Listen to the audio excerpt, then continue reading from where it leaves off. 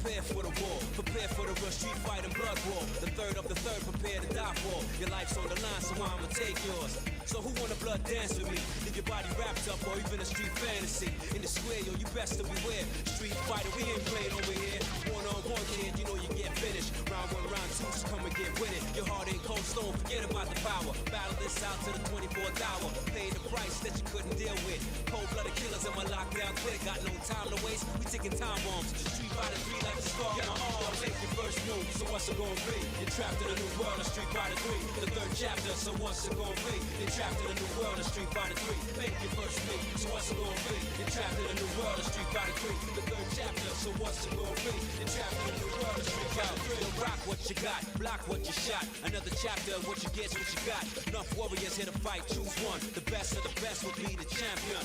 Whose world is this after all? Capcom moving with lockdown forever, y'all. This contains scenes with violence and death. Viewers on discretion, some ain't ready yet. For the fact that they ain't ready, step up for what you got. For the bodies who ain't ready, take your regular spot. So what? Calm down before it's too late to stop.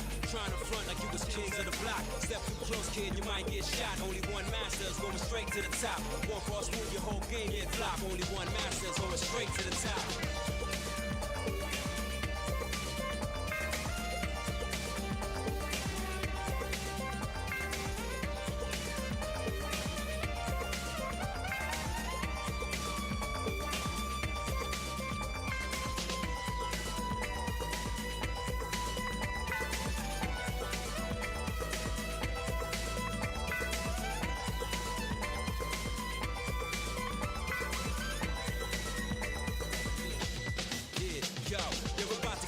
Something you wish you wouldn't. It's too late, you got involved, but you wish you couldn't. Past the first stage, thought you could live it. Now you see and realize you never could survive it. You're dealing with cold-blooded assassinators. Decapitate your body, let it flow for alligators. You need to put your power over here, it's much greater. It's either you push start or try again later.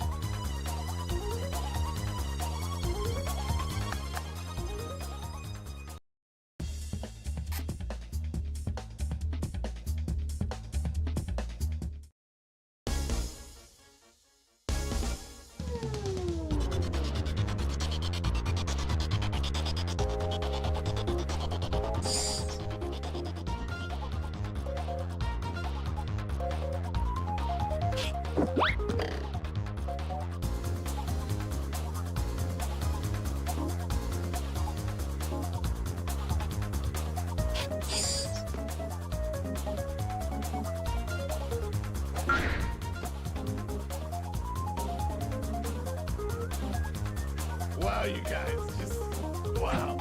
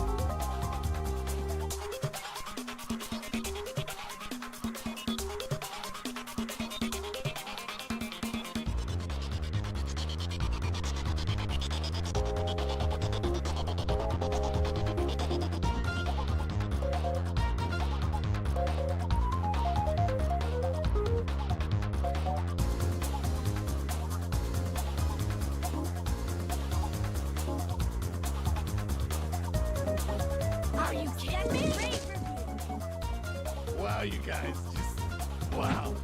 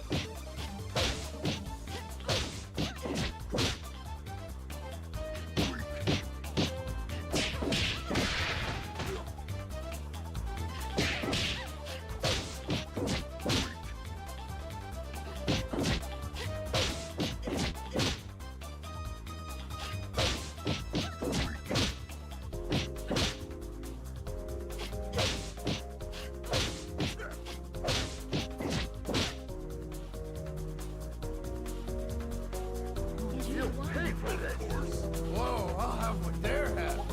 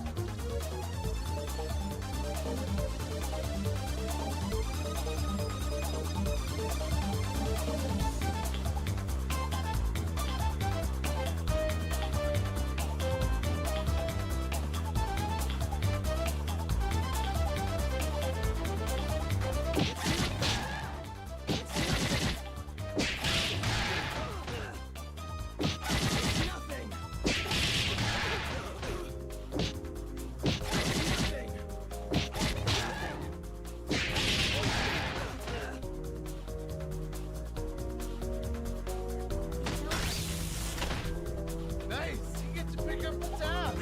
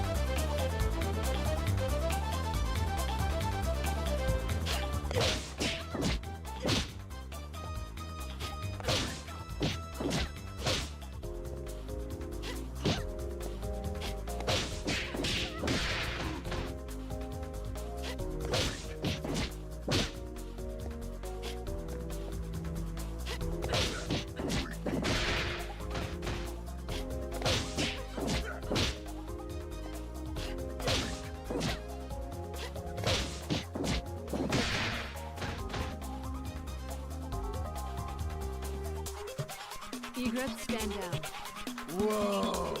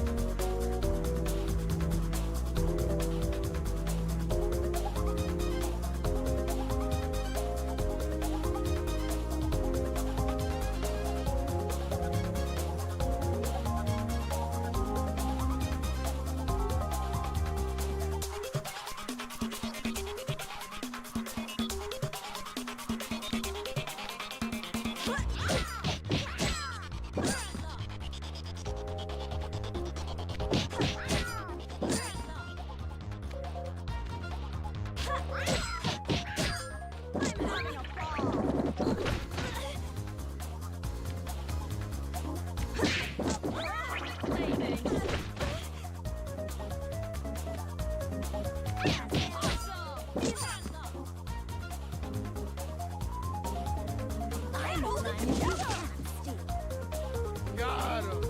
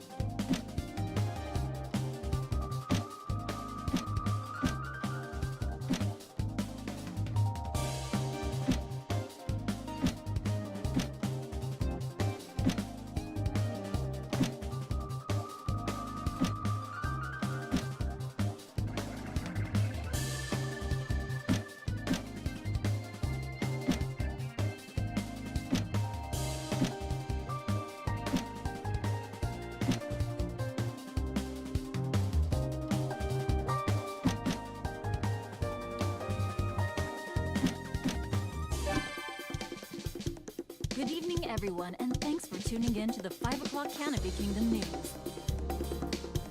I'm Rachel Wong, reporting from our studio in the nation's capital, Canopolis. Frank has the night off. In our top story today, there have been numerous reports of Skullgirl sightings in New Meridian, leading the Canopy military to raise the Skullgirl alert level to mob.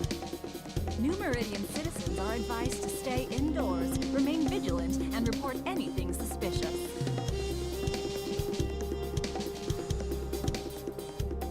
This newest incarnation of the Skullgirl has yet to be identified, but our sources within the NMPD say her victims seem to be connected with the prestigious Medici family.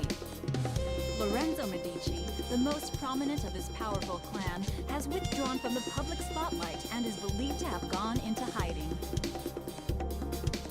Having just observed the 7th anniversary of the defeat of the previous Skullgirl, our kingdom's own Queen Nancy, Trinity bless her soul, the appearance of a new Skullgirl is a chilling development. While expected, the core of our nation is once again shaken as normalcy seems to be returning. But we will not be defeated, and we will stand strong against this new enemy. In related royal news, the eldest daughter of Queen Nancy and King France, Princess Parasol, has successfully apprehended the infamous Gigan half-breed terrorist, Steevn, with the help of her elite military force, the Black Egrets.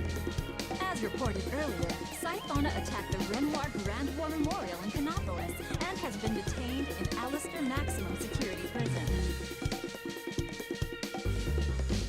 So once again, thanks to Princess Parasol and the Black Egrets, you can sleep easy at night, even as this new threat has emerged. In these uncertain times, it's good to know that we can always rely on the strength and leadership of our Canopy royal family. Good night, and goddess speed.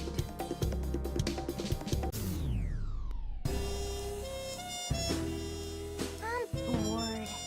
This is boring. Let's go already. I want ice cream. You were the one that wanted to come. What did you expect? Yeah, well, I changed my mind. I thought I'd get to see you beat up bad guys using your sonic boobs, pool balls, and KFC combos. You know, the good stuff. Not just stare at smelly prisoners for hours on end. It's a prison. Why would I beat up the people we already captured? Fine, fine. We'll all put the kingdom's safety on hold for your ice cream. You little brat. Seriously, what am I going to do with you? We'll go after we return to the castle. Hooray! I knew that all that nagging would pay off. Ready to go, Umbrella? I've got the car waiting. Jeez, it's about time! Let's see now. I'm gonna get Strawberry, and Hungren will have... Commander Parasol! Commander? At ease, soldiers. What's going on? Your Highness, we have confirmed intelligence that the new Skullgirl menace has surfaced in New Meridian. So, it begins. Sorry, Umbrella. It looks like your ice cream will have to wait. Molly, assemble the Black Egrets. Execute Operation SG-009 and make preparations to mobilize to New Meridian immediately. Finally, some real action. I call shotgun. Umbrella, stop it. This is serious.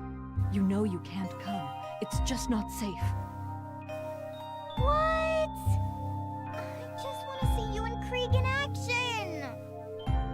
Adam, make arrangements for Umbrella to get some ice cream. And keep her safe. Yes, sir. Operation, Chocolate Dawn will commence post-haste, sir. I don't want ice cream anymore. I want to go too. Umbrella, I promise I'll make it up to you someday. After I'm done with the Skullgirl. One day you'll understand. No, you always say that. Don't be that way. Our people need us now more than ever. Do you know how important this is? The safety of millions is at risk. I don't care. I'm always locked up in this crummy castle with your stupid lieutenants. They hate you. Why, I don't have time for this. We'll discuss this later. Egrets, roll out to New Meridian. Sir, yes, sir! My chest. Wait, is that Mom? Now, Your Highness, Umbrella? About that ice cream, where did you want to go? Now, where did she run off to?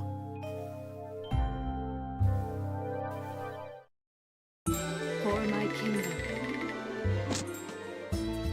Ladies and gentlemen, it's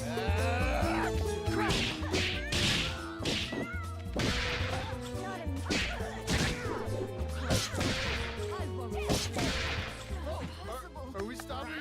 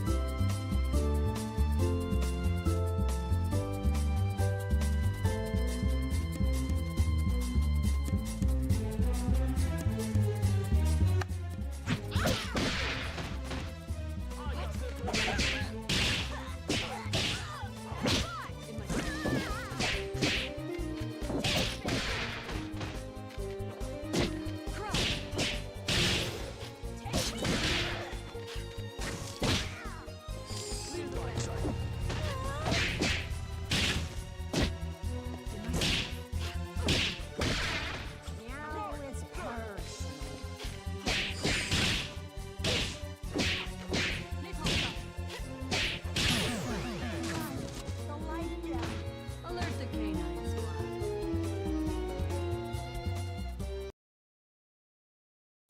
For my kingdom. Murder time.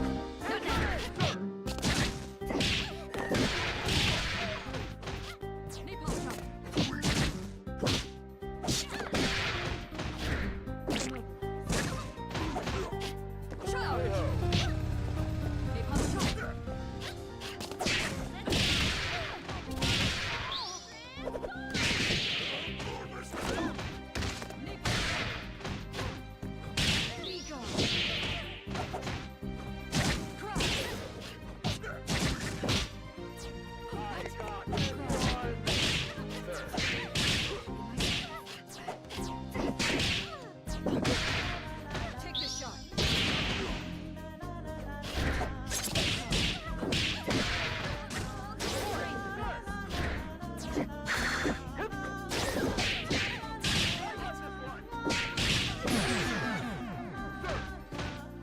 Threat neutralized.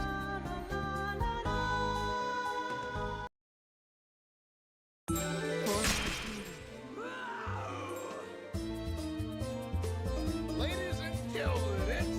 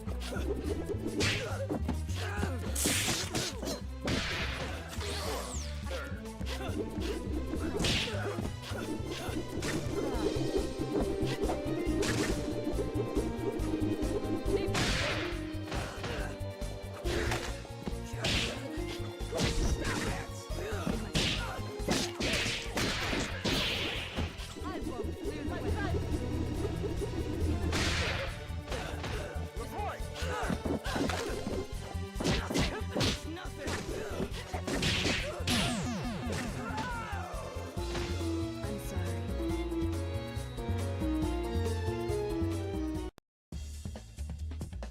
Parasol, we have confirmed reports that the Skullgirl has been spotted near the River King Casino.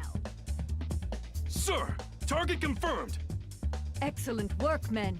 Advance on the target immediately and aim for the skull heart. We don't have a clear visual on the skull heart. The target is blocked by... It's your sister, Princess Umbrella. What? What is she doing here? Umbrella! That's the Skullgirl! Get away from her! No, sis, it's Mom. She's back. What?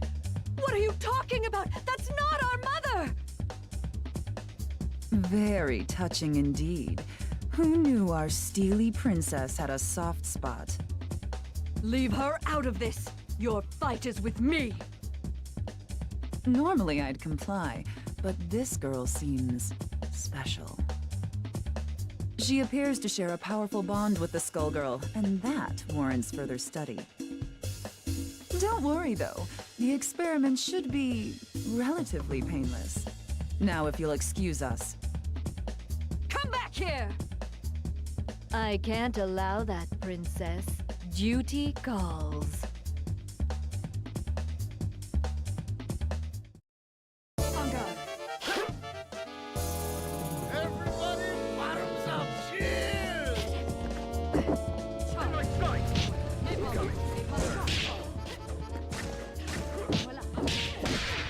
Don't get cocky. I got this one.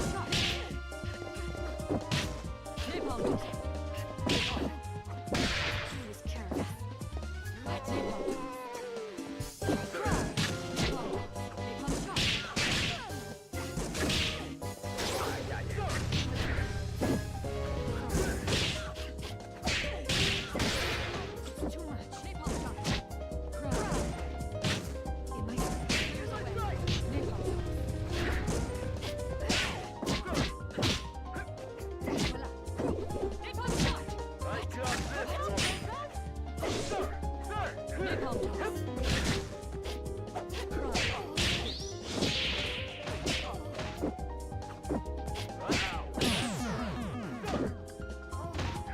decisive victory.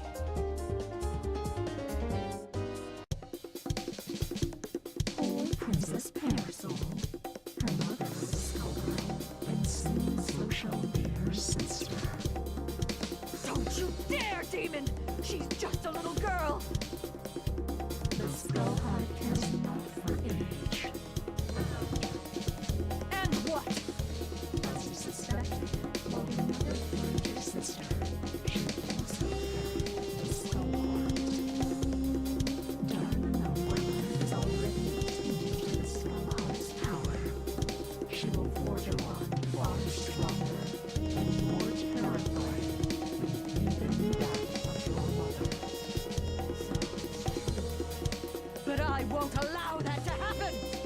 The Skullgirl and your sister await beneath the everlasting gates of eternity. Pursue and perhaps she may spare her fate. Princess Parasol, there you are. Our scouts are reporting that the target has been seen in the vicinity of Maple Crest and appears to be heading to the Divine Trinity's Grand Cathedral. Thank you. We pursue at once. Our enemy must not succeed. Everybody, split up and search the cathedral. Find the Skullgirl and my sister. Sir, yes, sir! I'll save you the trouble. Your sister and the Skullgirl are in the catacombs deep below. Time is running out for dear Umbrella, but I'm afraid we can't let you interfere. You'll pay for this, demon! My, such anger. Your mother used to pray for peace here every day. How disappointed she would be. This ends now. Toast to your health. Okay, go.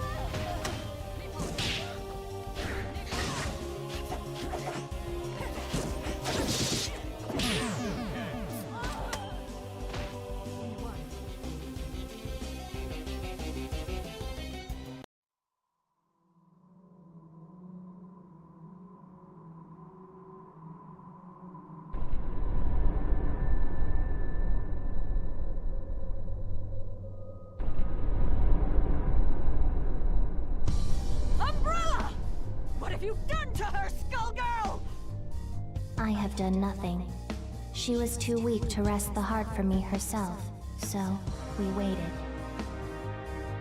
She reminds me of an old friend. And let her go! I can't. Her bond with the heart drains her life as we speak. It cannot be stopped. Unless someone takes her place, the only way she can live now is as the Skullgirl. Can we get ice cream, Mama? I'll destroy you, monster! Such violence. Have You learn nothing from your father's mistakes.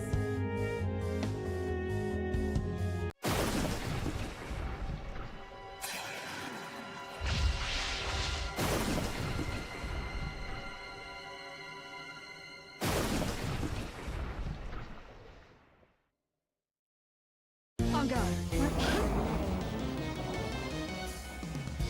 Ladies and gentlemen, it's showtime.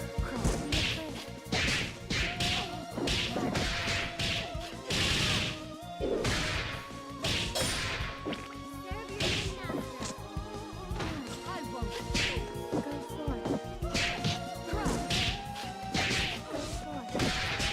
Be afraid. Go for it.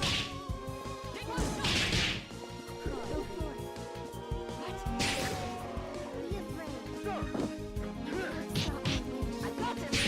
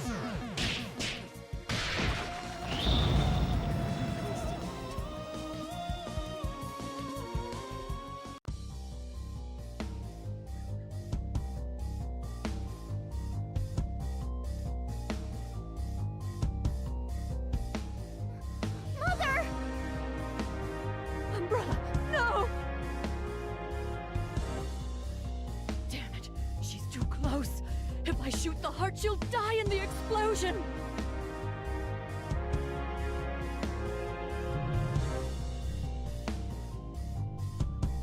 There's no other way then. Skullheart! I wish my sister will never become the Skullgirl!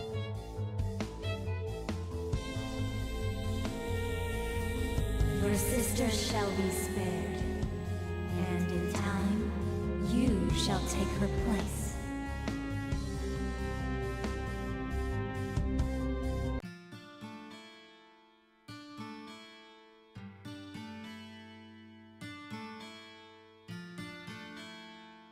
Are you okay, Umbrella? Come on. Get the cereal.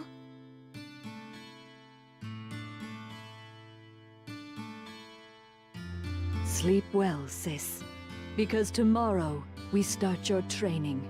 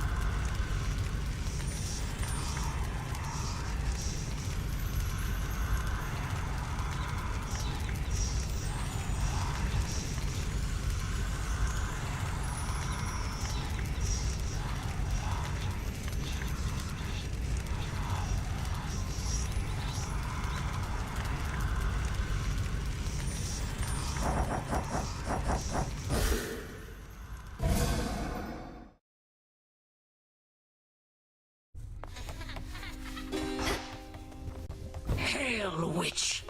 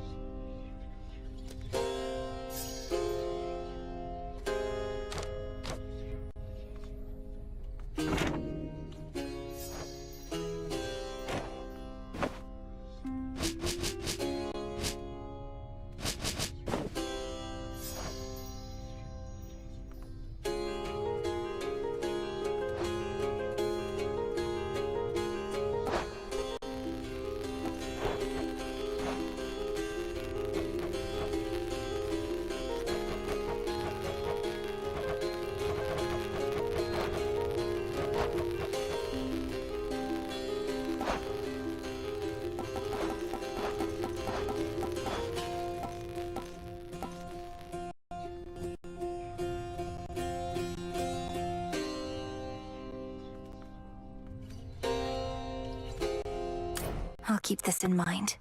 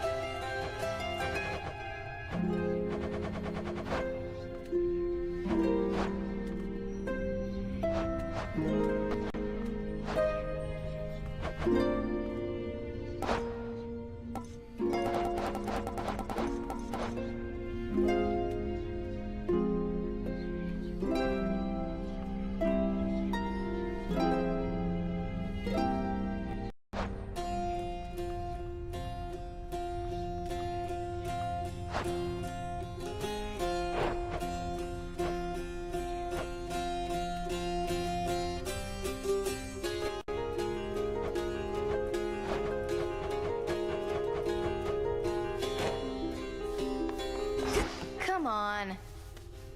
There she is, lads.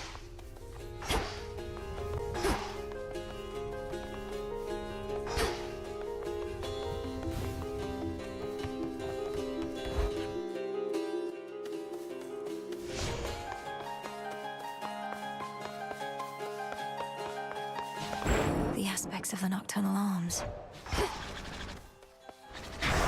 Do you swear?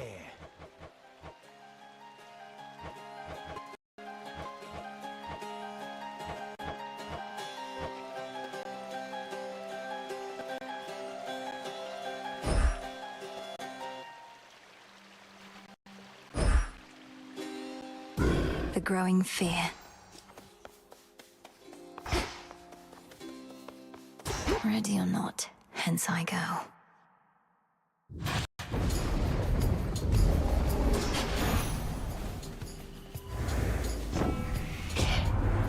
Hey, got one of those special deliveries for you, Em.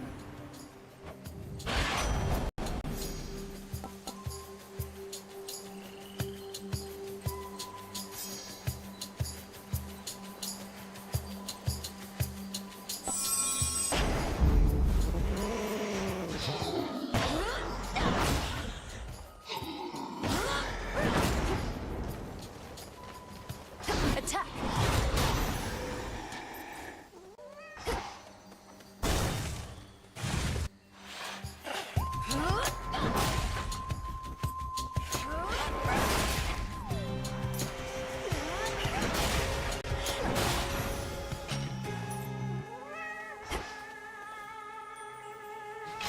These always come in handy. Wastrels.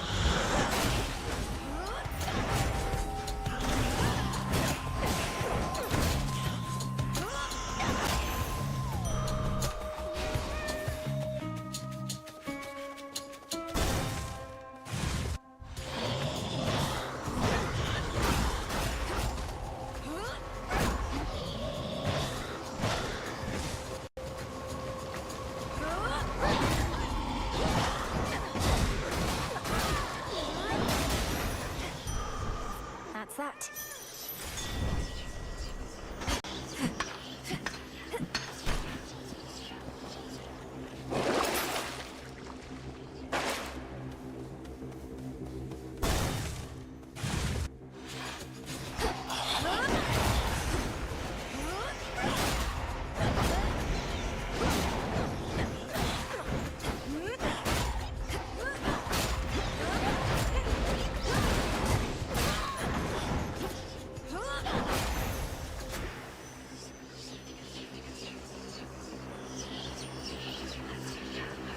Transform.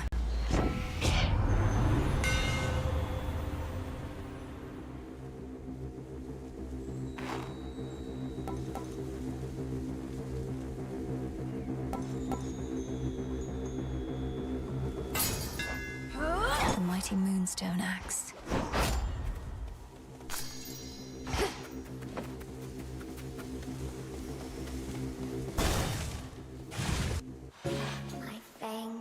Venomous, I swear. Come closer. Oh!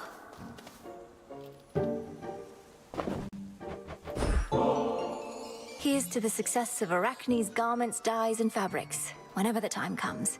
I find it helps always having something to look forward to, even if it's a way off. Why, this is very gracious of you, my friend. And I'd embrace you if I could only reach.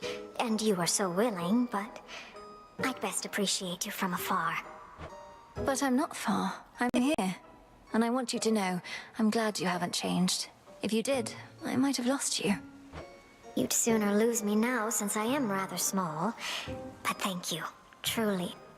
I used to think you were just saying things to pity me, but now I know you're not. Lately, when I'd longed to be a girl again, my friend, I think it was in part because I liked the thought that I could be with you. You know, like in a normal way. Arachne, what we have is special. Even if I met the mortal girl you once were, I'd likely not have taken notice in the same way. Mortal shades are commonplace. You're not. I do appreciate you saying that. Back when I gave Athena a piece of my mind, I knew I was giving something up. But it was just a fantasy. While we have something real.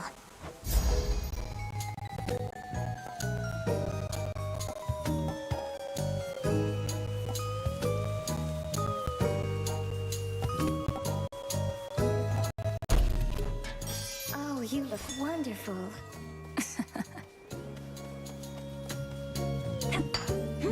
Huh. Alone again.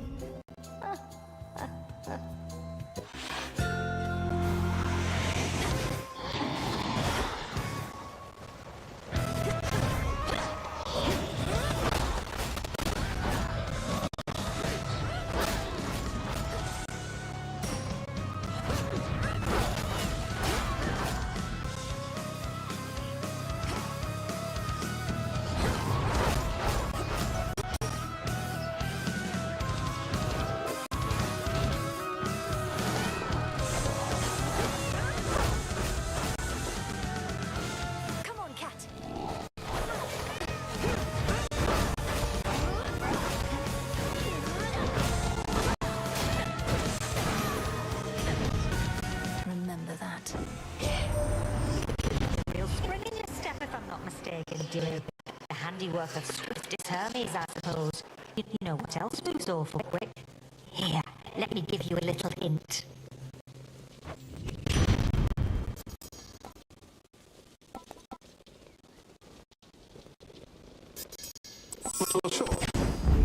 All right.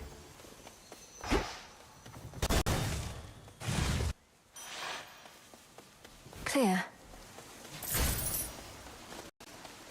Not thirsty, but hey.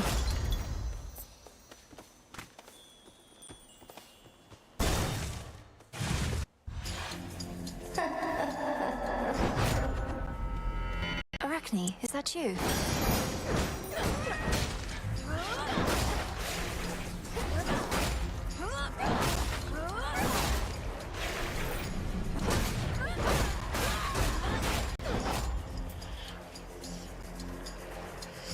Transform.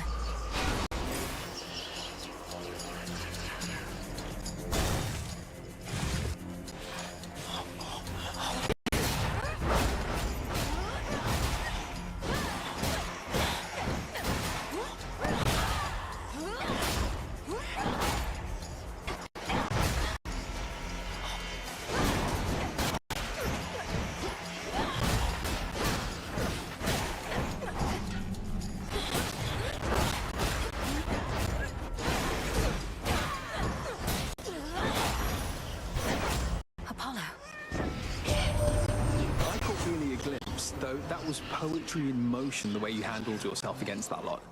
Talent runs in the family. Some of us just wound up with a bigger share.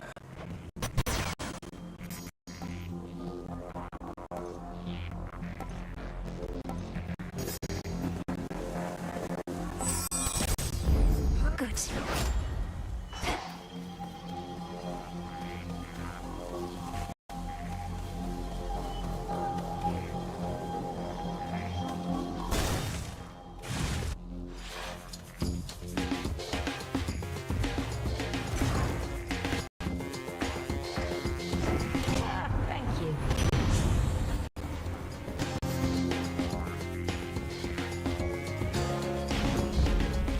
Up. Come on, sunshine, why the snub? You should know that when my feelings get hurt, it's never the only thing. Nothing personal, cousin.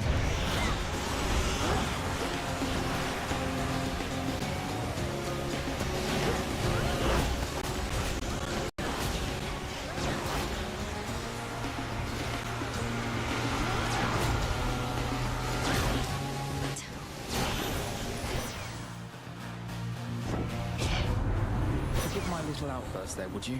Just a bit of bad temper. Runs in the family.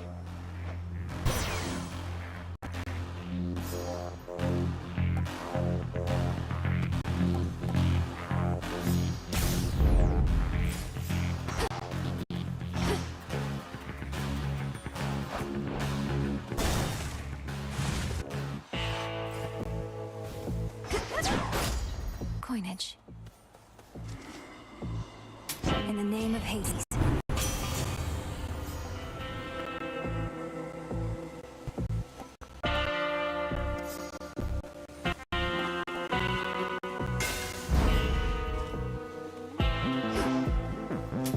Here's the gold.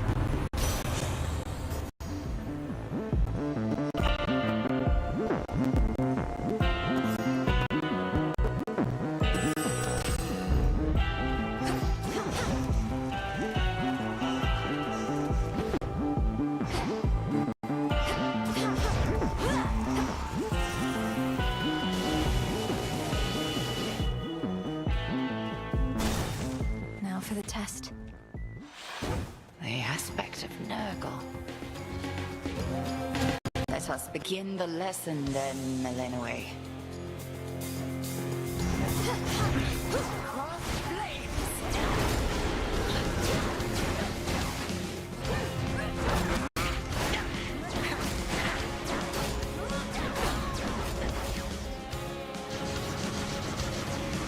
Arise again, sisters.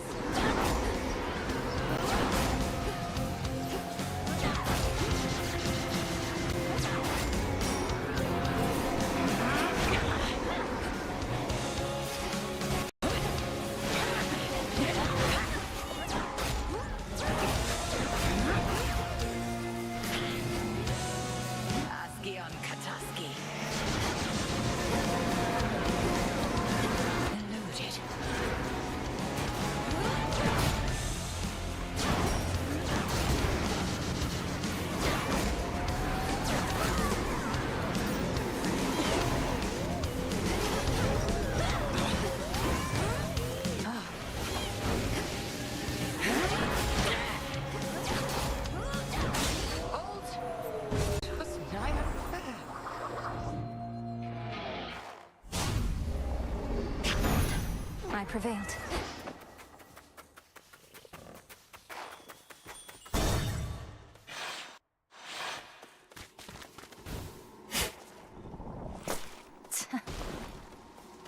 Go forth. I know that you shall once again prevail. Maybe I should switch.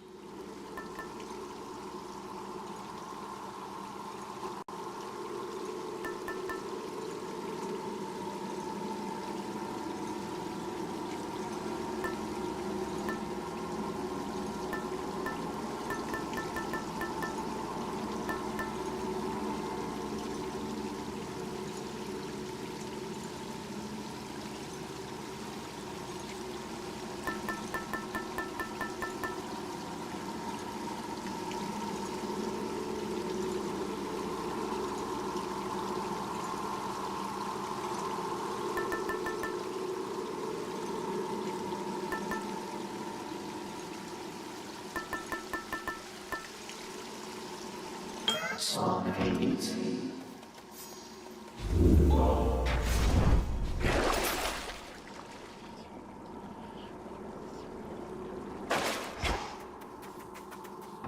Going down.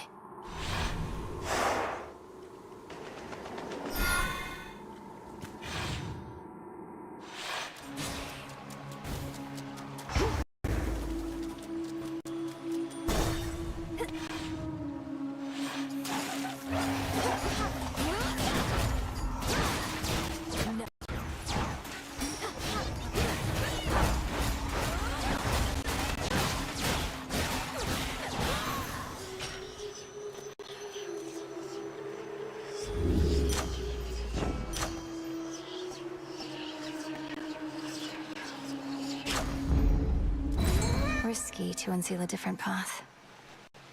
Come on out. Looks like a chitin.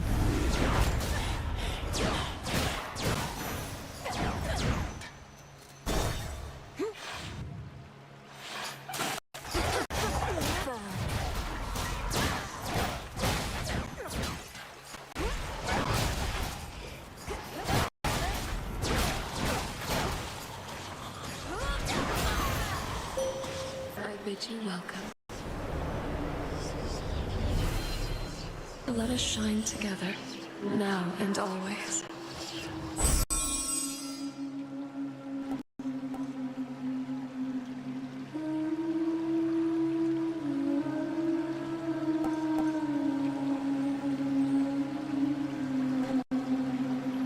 Time can be controlled.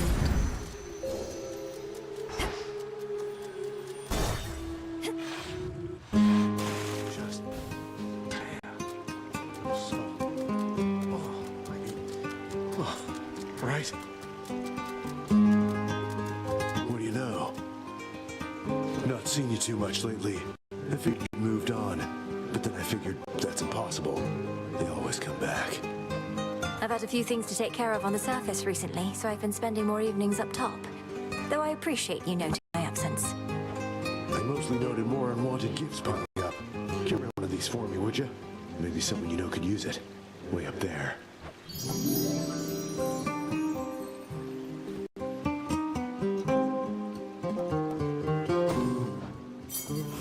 See her around. Good find. Hello, flower.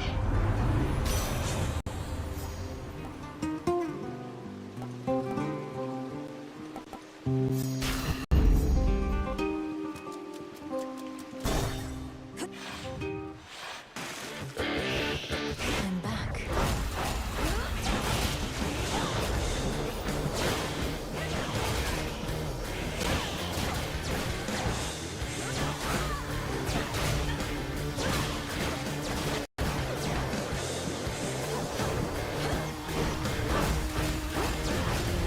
Couldn't do it.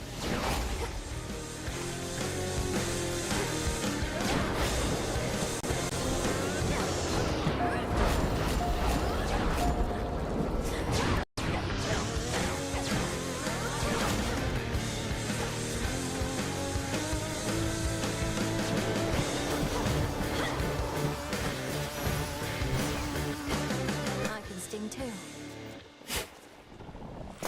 There. Olympus, I accept. accept this message.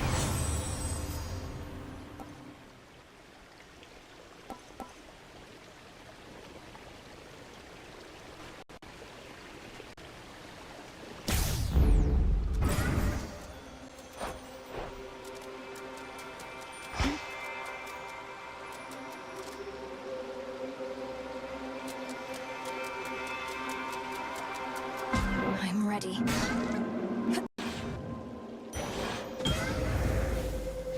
There. A moment. My testament's within the oath, enacted to the very last. Despite your demonstrated skill, I was uncertain whether you had the capacity. I was uncertain whether I had the capacity either, O Knight. If ever my confidence is unwavering, then there's nothing for me to prove, and nothing to strive for. Well then, it seems you may require something new to strive for now. I trust more fear may always spread.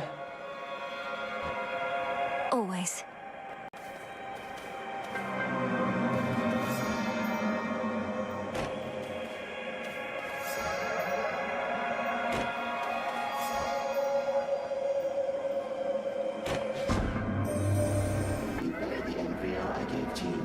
It creates an impression as though a part of me is with you, even whilst you are absent from this space. You may continue to make use of it, or not.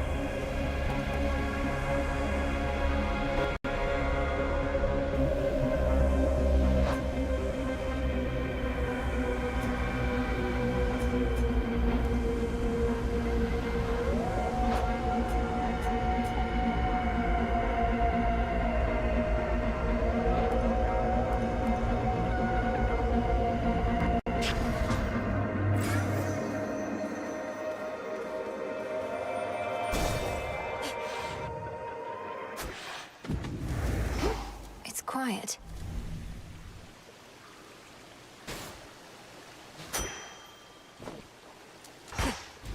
Clean.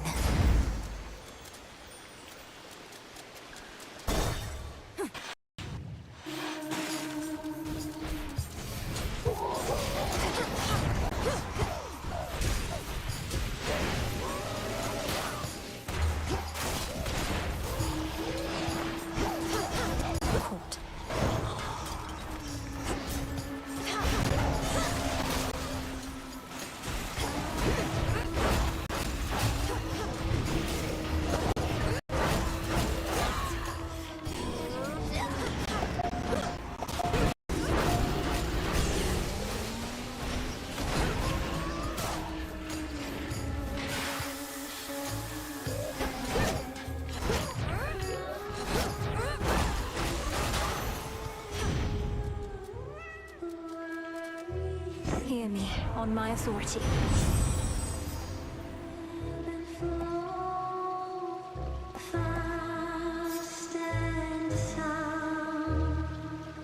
Fine. Flame of the hearth. Tula, catch. Victory. Hello.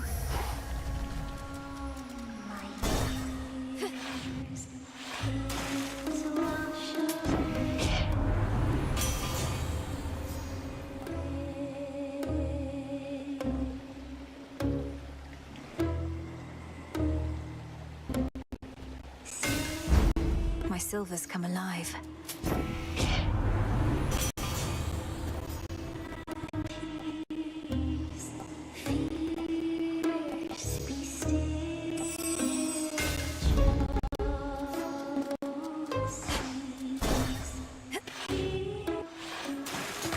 You again. It's been so nice without you recently, lady. We've been playing our full set list night after night. No technical difficulties. Even had more and more sailors dropping in. Those sailors dropping in are probably the Titan's naval forces I've been vanquishing throughout the rift steadily above. I think I recognize a few out in the stands. You expect me to believe you've been promoting our events? We're getting lots of word of mouth lately, sure, but you had nothing to do with it, except by going away. Is everybody ready?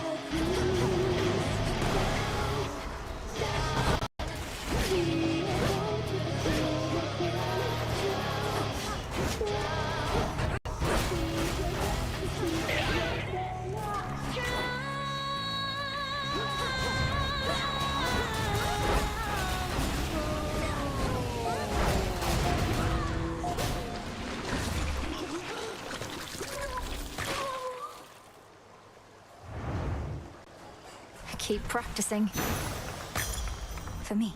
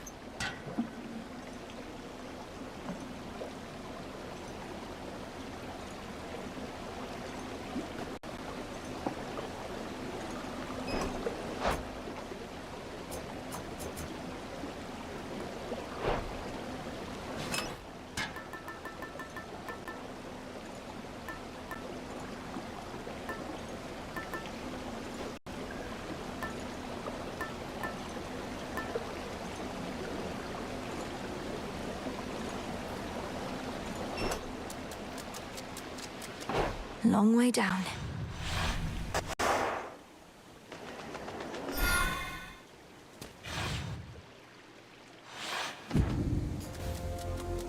There's no clear path in sight.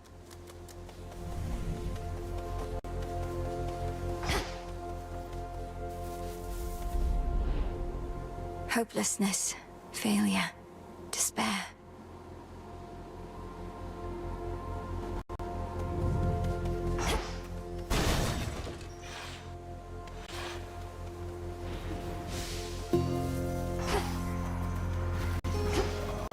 Corrupted shades.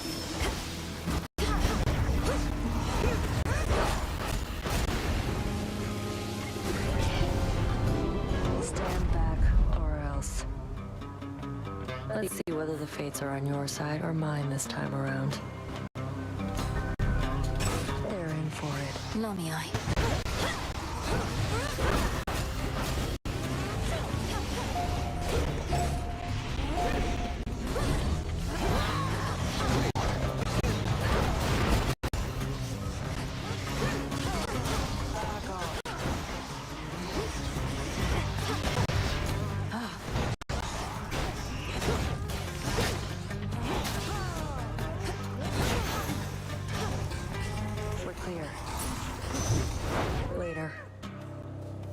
In the name of Hades.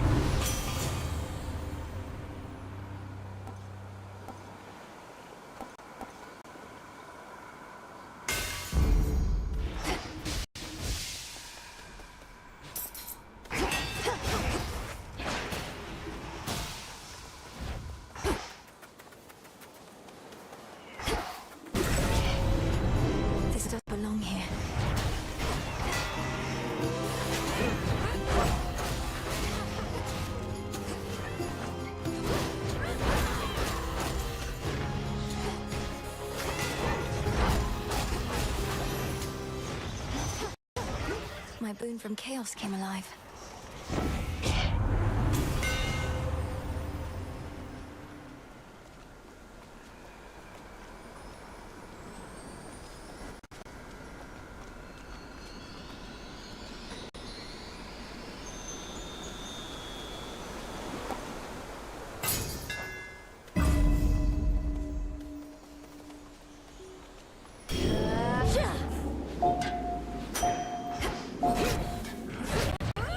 Need to recharge.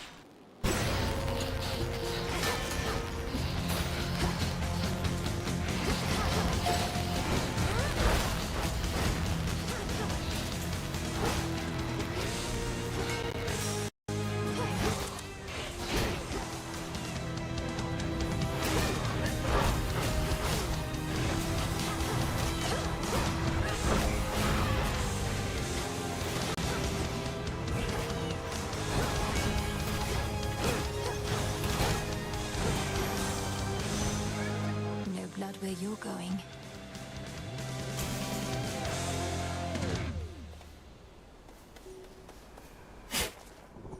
Wheat seeds.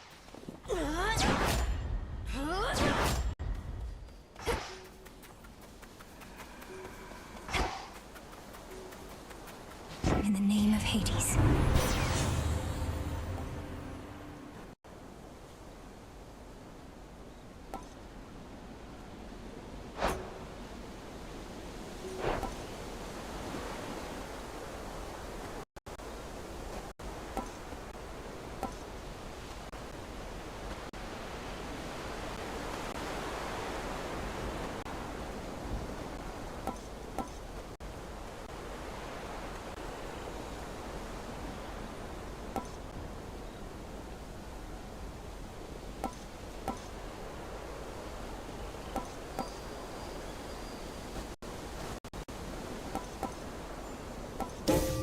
Force of fire.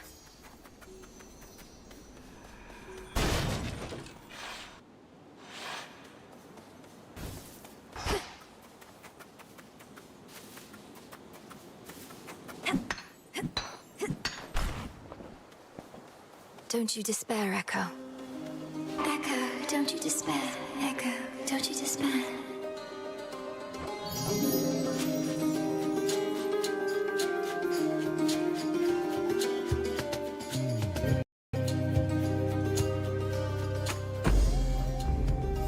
Take care now. Take care.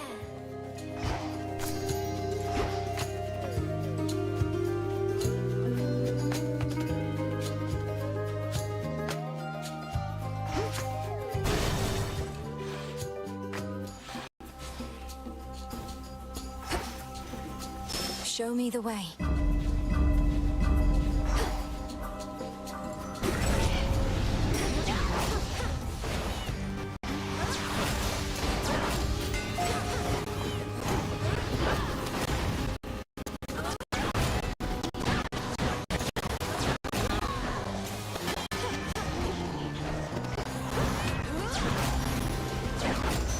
Corruption cleared.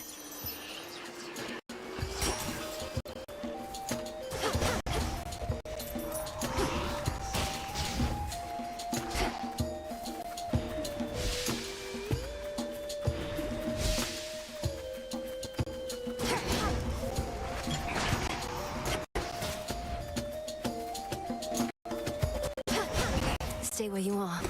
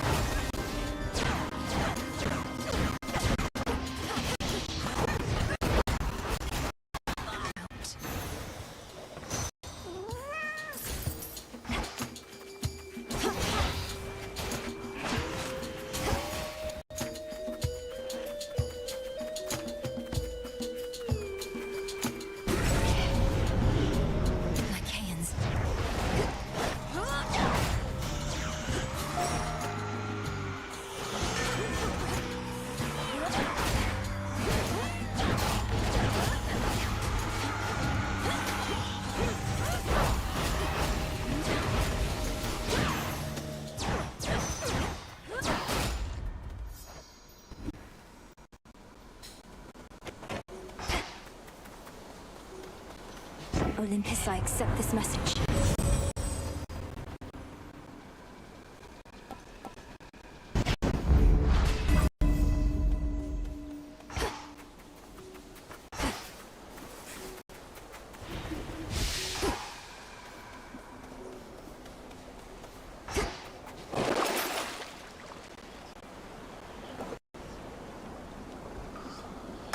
Fair trade.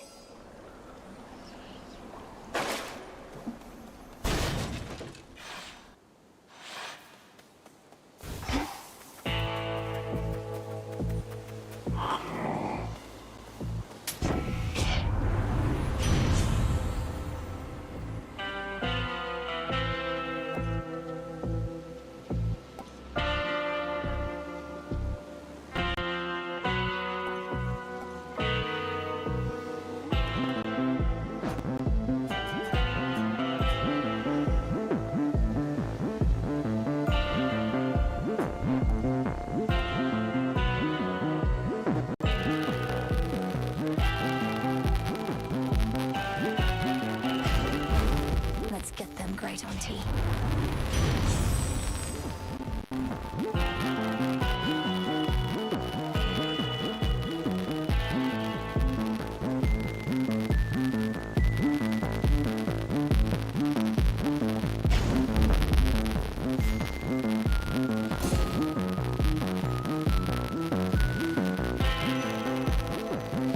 Greater focus.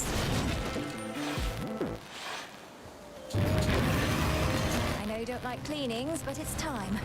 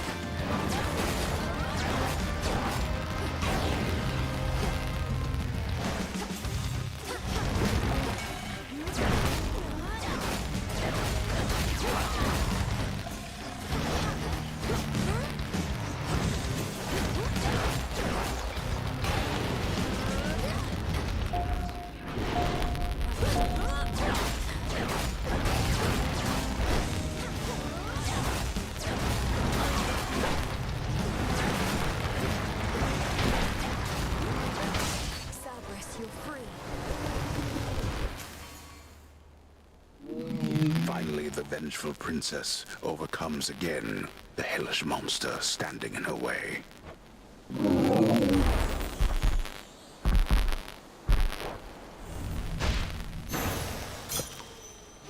Always use more.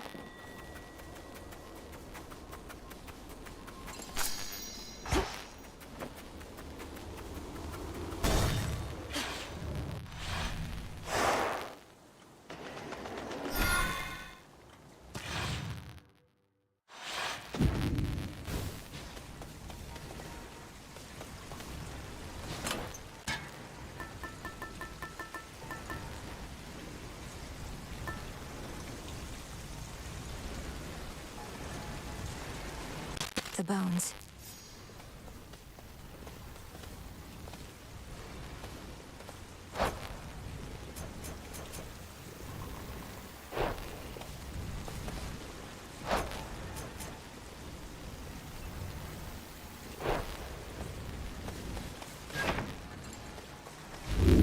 Pure water.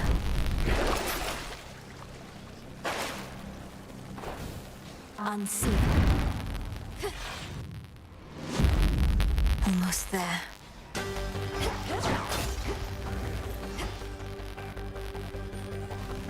Ever-shifting chambers. Realign. Everything in passivity must go.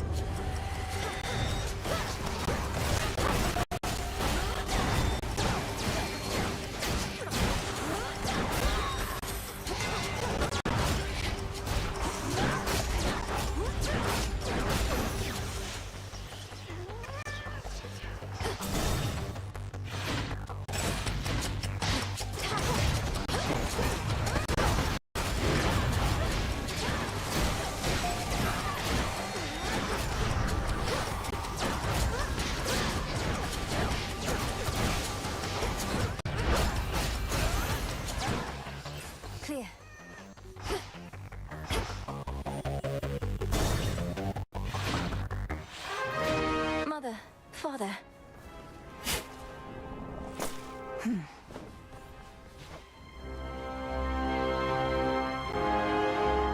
Huh. You must have been an adorable little girl, but you're not so bad right now.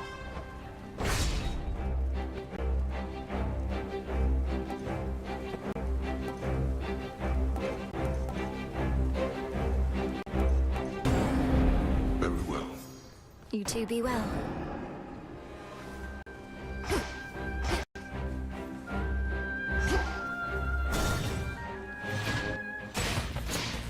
More gold race.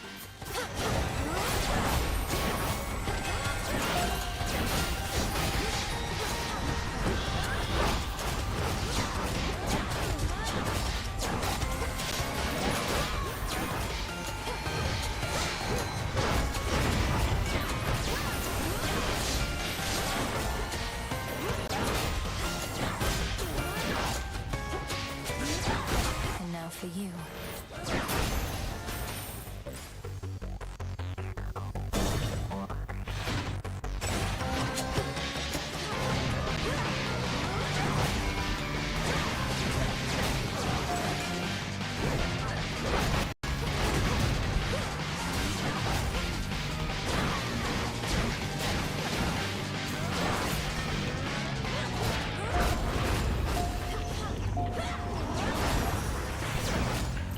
Out with you.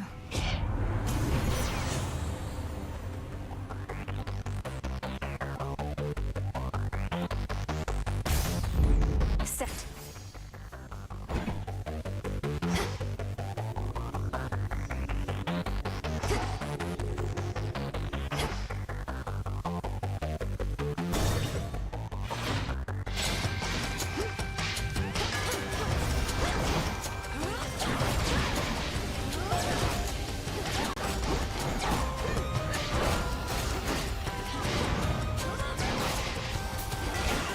You'll burn.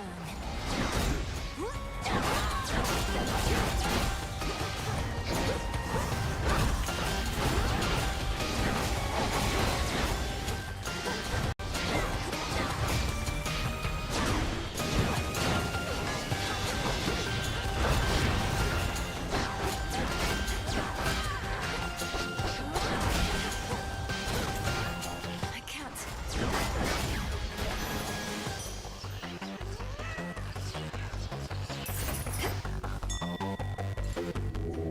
Let's get you someplace safe.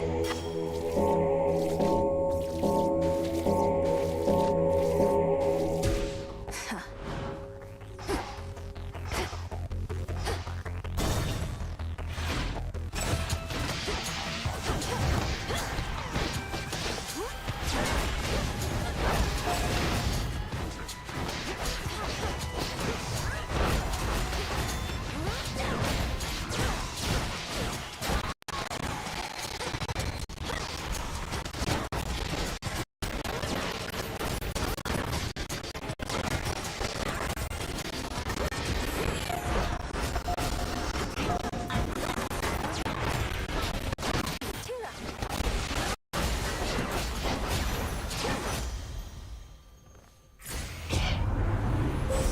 A relative is offering their aid.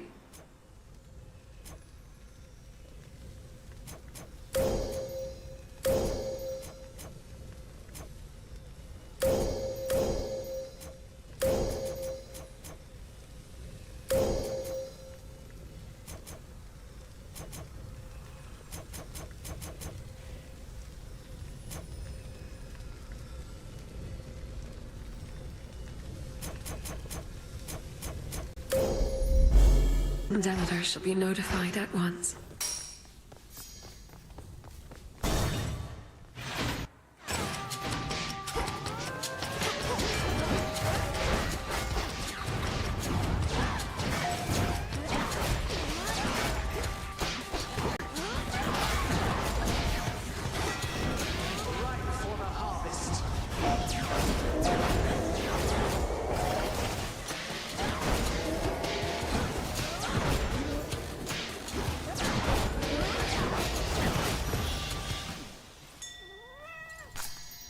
In we go.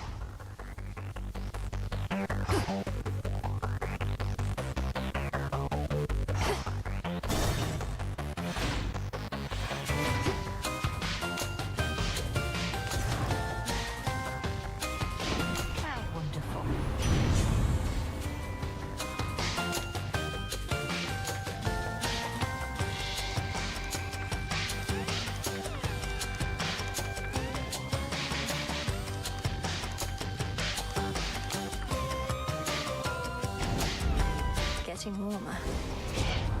Such wrath I feel, Malinui, that I have a great deal to spare, even for you. Please understand, Grandmother. Now she's upset.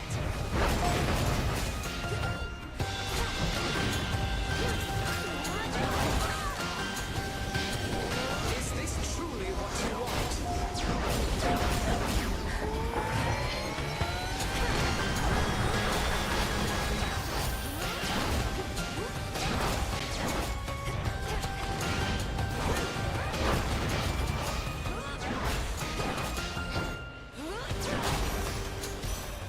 Satisfied? This family and our blasted pride. These constant fights with our own kin.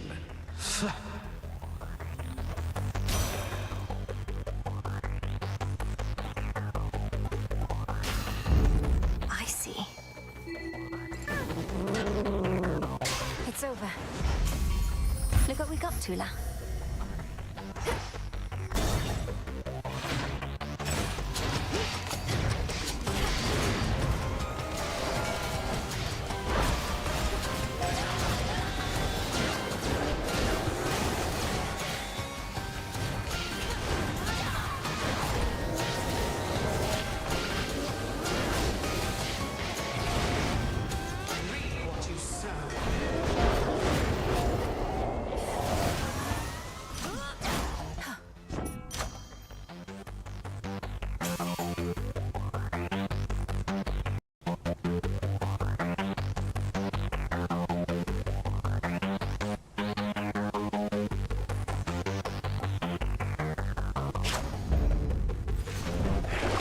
Let's see here.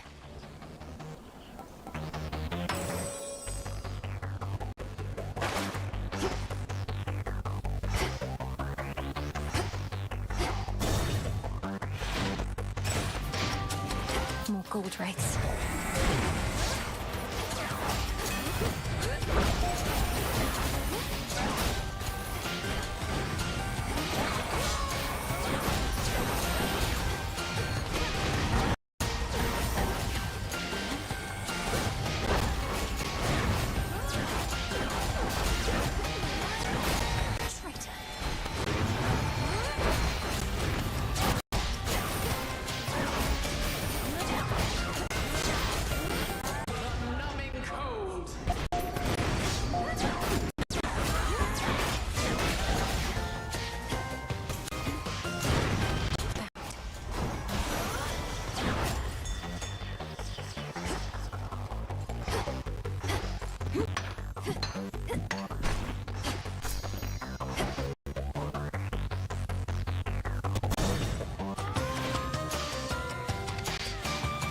Down there. Hear me, on my authority.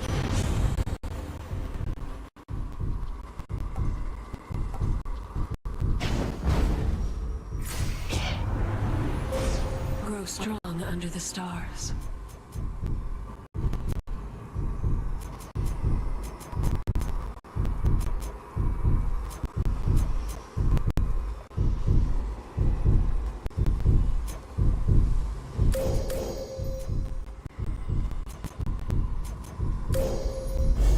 Thus you have risen.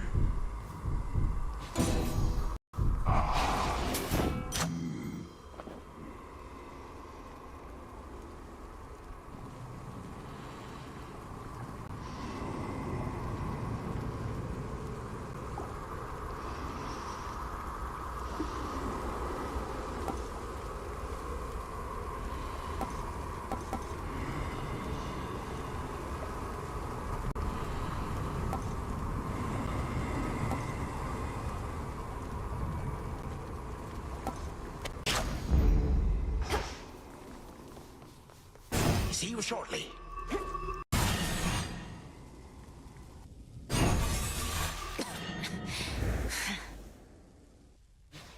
Looking for someone? His little spat with you was clearly never going to resolve in a more civil way.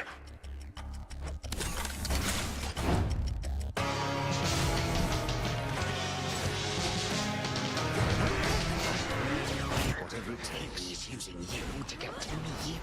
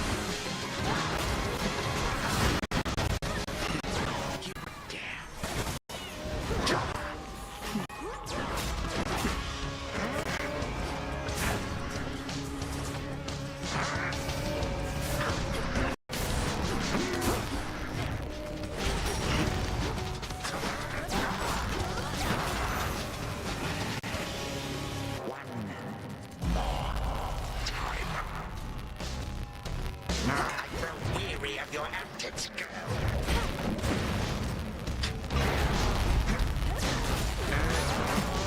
Freeze forever.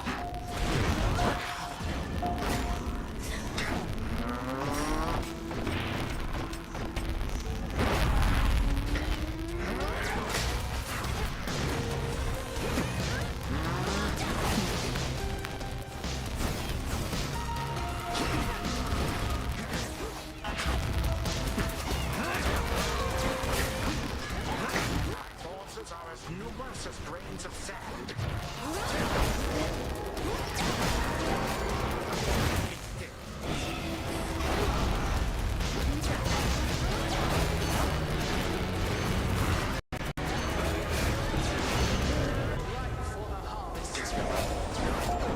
Chilly here in these depths.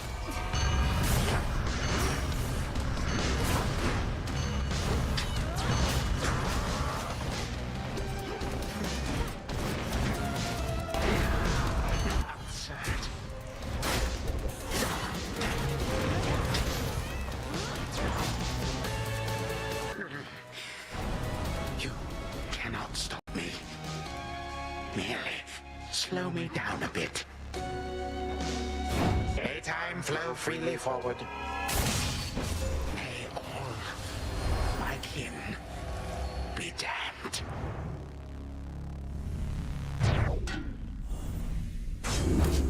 Vescelamies.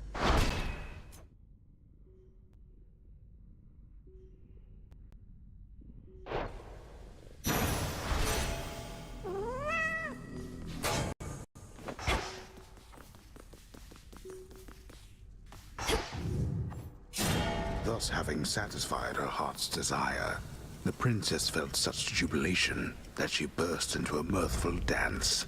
And so infectious was this celebration that her friends as well as foes all soon joined in. Return to Shadow now.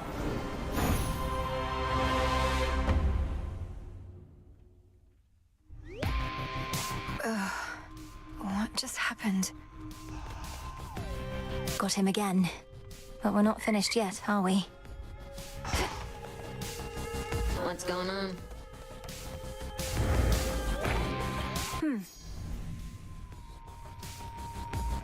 The great blessings of the gods shall all be yours. The arms of night shall feast in all their forms.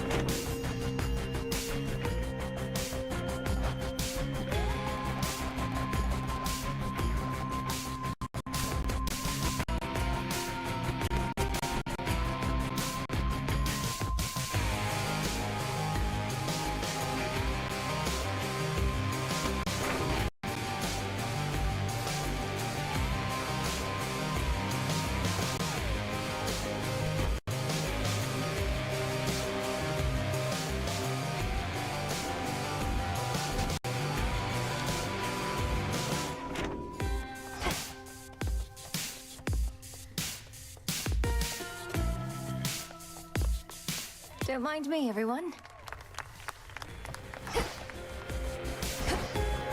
Unstoppable, aren't we?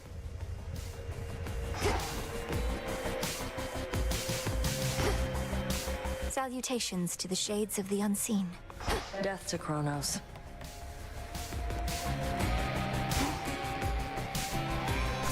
Garlic.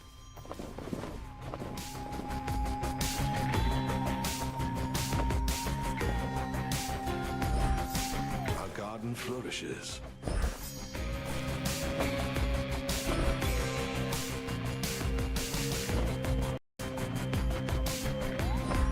Drink of the earth.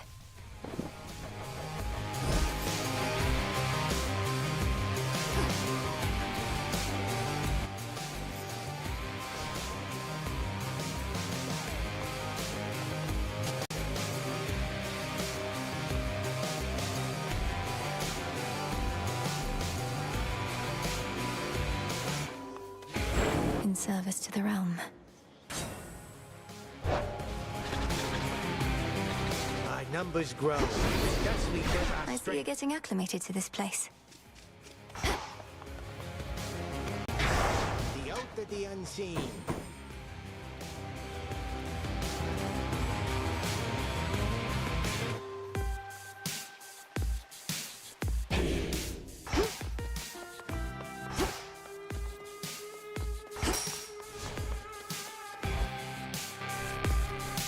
Glowing reports.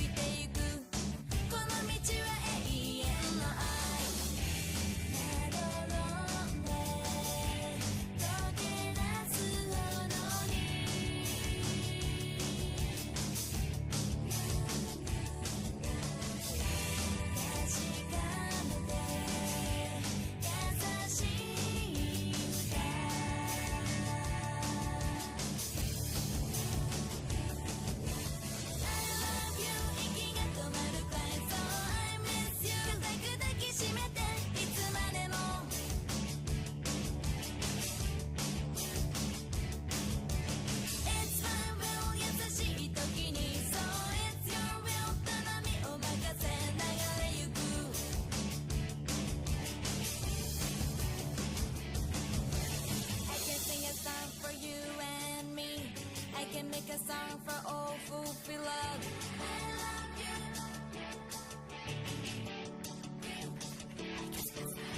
I can sing a song for you and me. I can make a song for all who feel love. I miss you.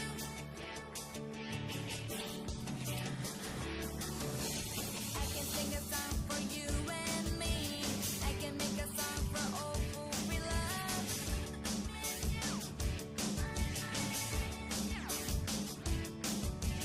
I can sing a song for you and me. I can make a song for all who feel love.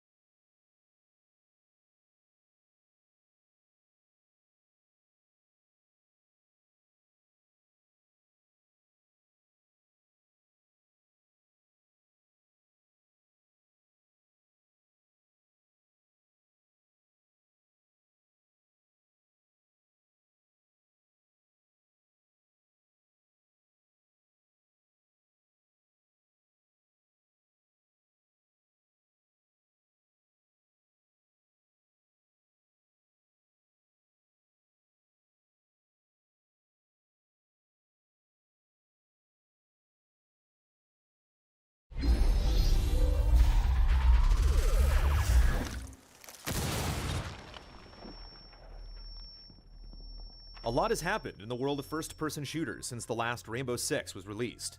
9 Call of Duties, 5 Battlefields, and plenty more have created a vastly different landscape than the one the series left behind in 2008. 7 years later, does Rainbow Six Siege bring the once acclaimed tactical franchise back to the top? Matches play out in an intimate 5 versus 5 setting. Previous Rainbow games had deep pre-mission planning with the option to dictate routes and time-coordinated attacks with your squad. This has been stripped away in favor of piloting remote-controlled drones before each match. Their usefulness varies across each of the 3 game modes. Using drones to find the locations of bombs and hostages is crucial for victory, but since you're only able to tag the last known location of enemies, they're nearly useless in Team Deathmatch.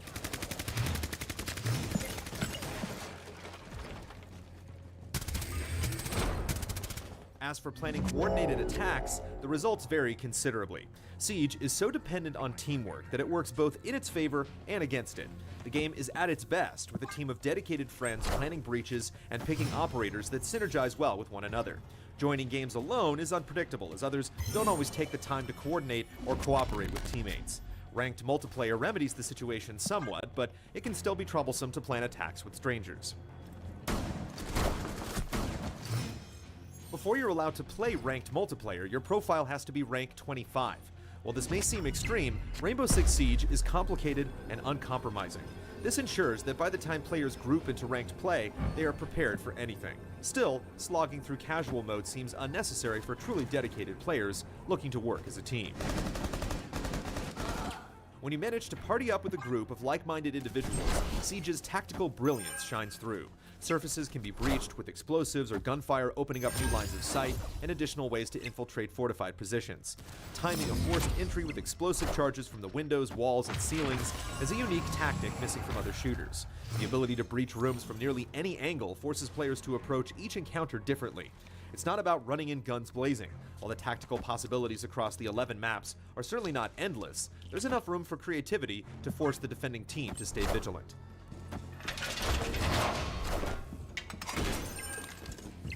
While on defense, boarding up structural liabilities with barricades and booby traps while waiting for the enemy team to attack is incredibly tense. The sound of walls breaking, shuffling footsteps, and sporadic gunfire creates an atmosphere of dread and vulnerability that helps emphasize the value of each life in meaningful ways.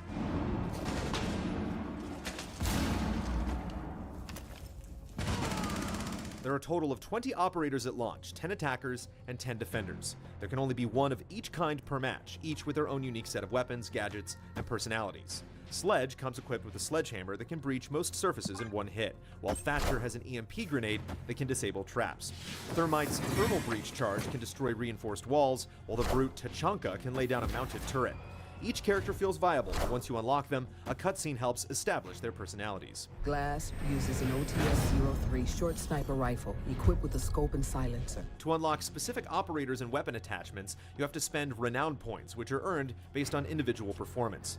From our time with Siege, it's fair to say things unlock at a steady pace without ever feeling restrictive or grindy. There are microtransactions to speed things along, and some of the weapon skins are only purchasable with real money, but they never directly interfere with the gameplay.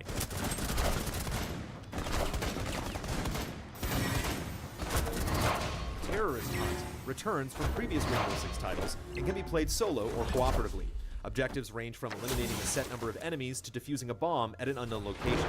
Even on the hardest difficulty settings, though, the AI is profoundly dumb. When their allies get shot right next to them, they stand in place as if nothing has happened. The mode can be a nice place to play without as much pressure, but lacks the intensity and strategy of playing against real people.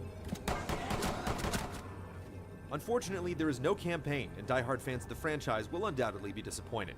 In its place are situations, which offer different scenarios to learn the complex mechanics of Siege and to familiarize yourself with some of the operators. There are about 10 situations, which take 3 hours to complete in all, and come with an enjoyable payoff. Rainbow Six Siege may not be the Rainbow game fans remember, but it lays a solid foundation for the future. Matches are full of constant tension and meaningful kills. Its reliance on having a dedicated group might be off-putting for some, but the heavy emphasis on teamwork is a refreshing focus in a world dominated by individual kill-death ratios. When everyone is on the same page, Rainbow Six Siege works brilliantly.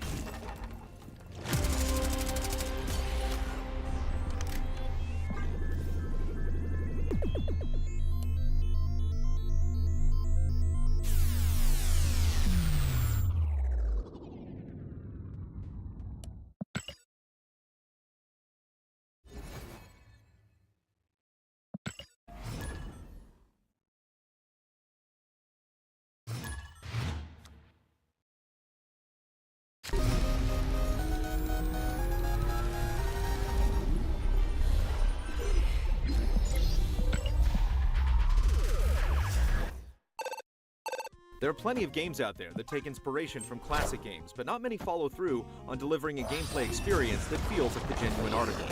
Caro Blaster, the next game from the team that brought you Cave Story, attempts to rekindle the nostalgia of old-school 2D action side-scrollers. It certainly looks the part with its 8-bit style visuals, sounds, and music, but sometimes appearances can be deceiving. Carol Blaster's premise is an odd one to say the least. You're a bipedal frog who serves as the master of custodial sciences for the CNF Corporation. The feline boss tasks you with the repair of the company's teleporters, which are being knocked offline by an outbreak of strange black creatures. By using one of the company's last remaining teleporters, you'll travel to several bizarre levels filled with strange menaces and deadly traps. Studio Pixel manages to tap into the essence of some of our favorite 2D action games. It allows us to relive them with a new twist. From start to finish, this is a frantic shooter that will leave you feeling like you've been put through the ringer. It's a rough experience in every sense, but it never feels unfair or too overbearing. And it's truly satisfying when you finally clear level after persevering through all the frustration Carol Blaster hurls at you. As you progress through each stage, you'll eventually unlock new abilities and weapons. The rocket jump adds a second boost to your platforming mechanics, allowing you to hop with a little more confidence. However, this extra jump handles slightly different than your default jump, making some of the segments a bit tricky. There's always some tension in making long jumps across gaps, and this is only amplified when you're under fire. Rocket jumping guarantees a few frustrating mishaps, but it's a nice twist on an established mechanic. Dealing with enemies is as simple as pointing your gun forward or up and blasting them into oblivion. Carol Blaster's various weapons each offer a unique style that is best suited for certain situations, like the flamethrower melting through icy cold environments, but at the same time, you can get creative with their individual mechanics to get by certain situations. They're tools as well as weapons, and it's this flexibility and ingenuity that keeps Carol Blaster from turning into just another side-scrolling shooter. The game also rewards those who persevere through the tough times. Blasting enemies and objects will uncover hidden treasure, and the gold coins you accumulate can be spent on a variety of power-ups, like increasing your max health or enhancing one of your weapons.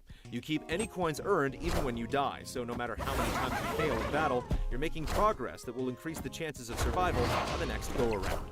It also helps that the game is very generous with its checkpoints. The game progressively grows more challenging, as do the bosses awaiting you at the end of each level. The obstacles and enemies nicely complement each level's unique and outlandish themes, which works perfectly with the game's wacky and nonsensical tone. Certain parts of the game borrow from and reference other well-known games, like a certain underwater segment encountered later on, but it never relies on nostalgia as a crutch. Those unfamiliar with the references will still find a solid shooter lying underneath. Those who never experienced this type of game in the past won't acclimate as quickly as veterans, but it's still an easy to pick up and play game. It just isn't easy to win. There's even a surprise ending and plenty of hidden secrets for those seeking something more than just intense action. Carol Blaster is a nice throwback to the older days of gaming that delivers a short but sweet side-scrolling shooter that hits most of the right notes.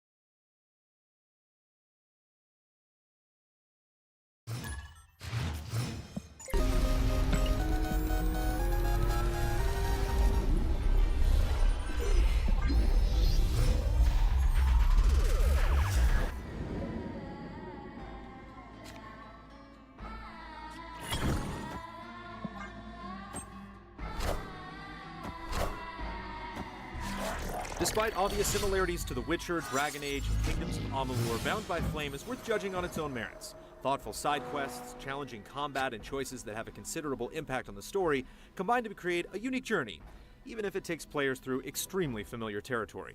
The tale begins with the option to customize your character, a member of a group called the Freeborn Blades. The 7 Ice Wolves have nearly wiped out humanity with their endless army of Deadwalkers, and the Red Scribes, a wise group of scholars, have enlisted your services for protection while they seek an ancient temple to perform a sacred ritual.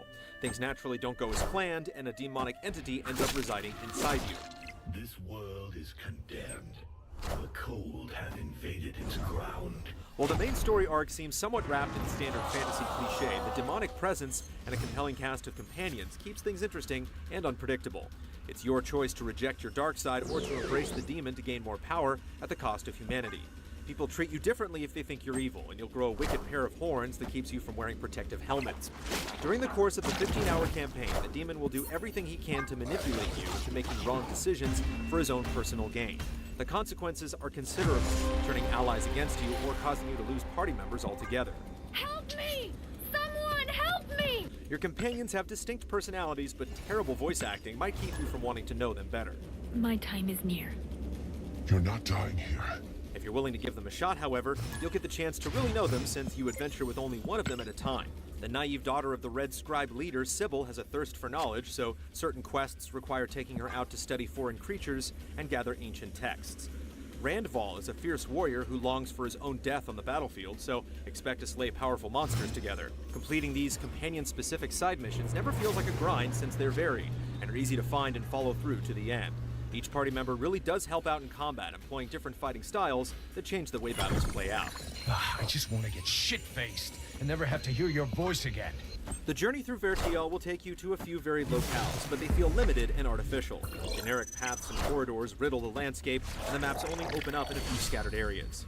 Exploration is almost non-existent, but the emphasis lies in exploring the story, choices, and consequences, not on random houses and caves. When you are given the option early to embrace the demonic power and attack a creature, or to retreat and rethink a strategy, the course of the game may alter considerably.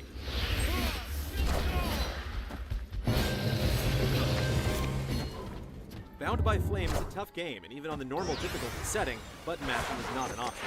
Careful use of traps and knowing which foes to pick off first is almost completely necessary for your survival. There are 3 available skill sets, and all of them can be used simultaneously with the push of a button. The Warrior excels with large two-handed weapons, the Ranger dual-wields daggers and has the ability to sneak up on unsuspecting foes, while the Pyromancer has devastating magical attacks.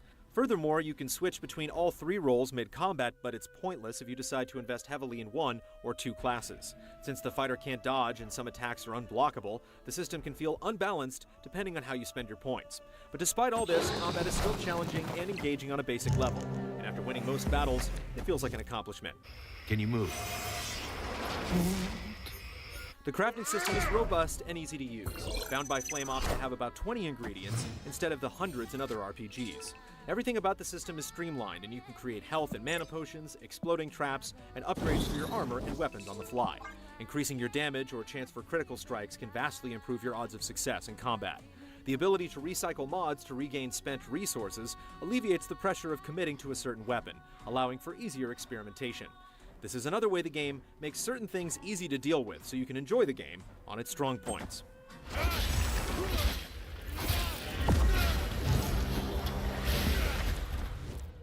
Bound by Flame manages to maintain a hardcore action RPG feel while remaining accessible and easy to get through. Combat can be tough, but the difficulty can be turned down at any time in the options menu in case you get stuck at a particularly hard fight. Crafting and quests are simple thanks to an easy-to-navigate map and menus. There's a decent balance between complexity and playability. Bound by Flame is far from perfect, but underneath a few rough edges, a memorable journey awaits, defined by an unpredictable storyline and decisions that have a meaningful impact on the story. Not having just to be pure good or pure evil is interesting. The demon is always there, even if you want to do the right thing and be a good guy. Hopefully, this is just the first step into the icy world of Vertiel.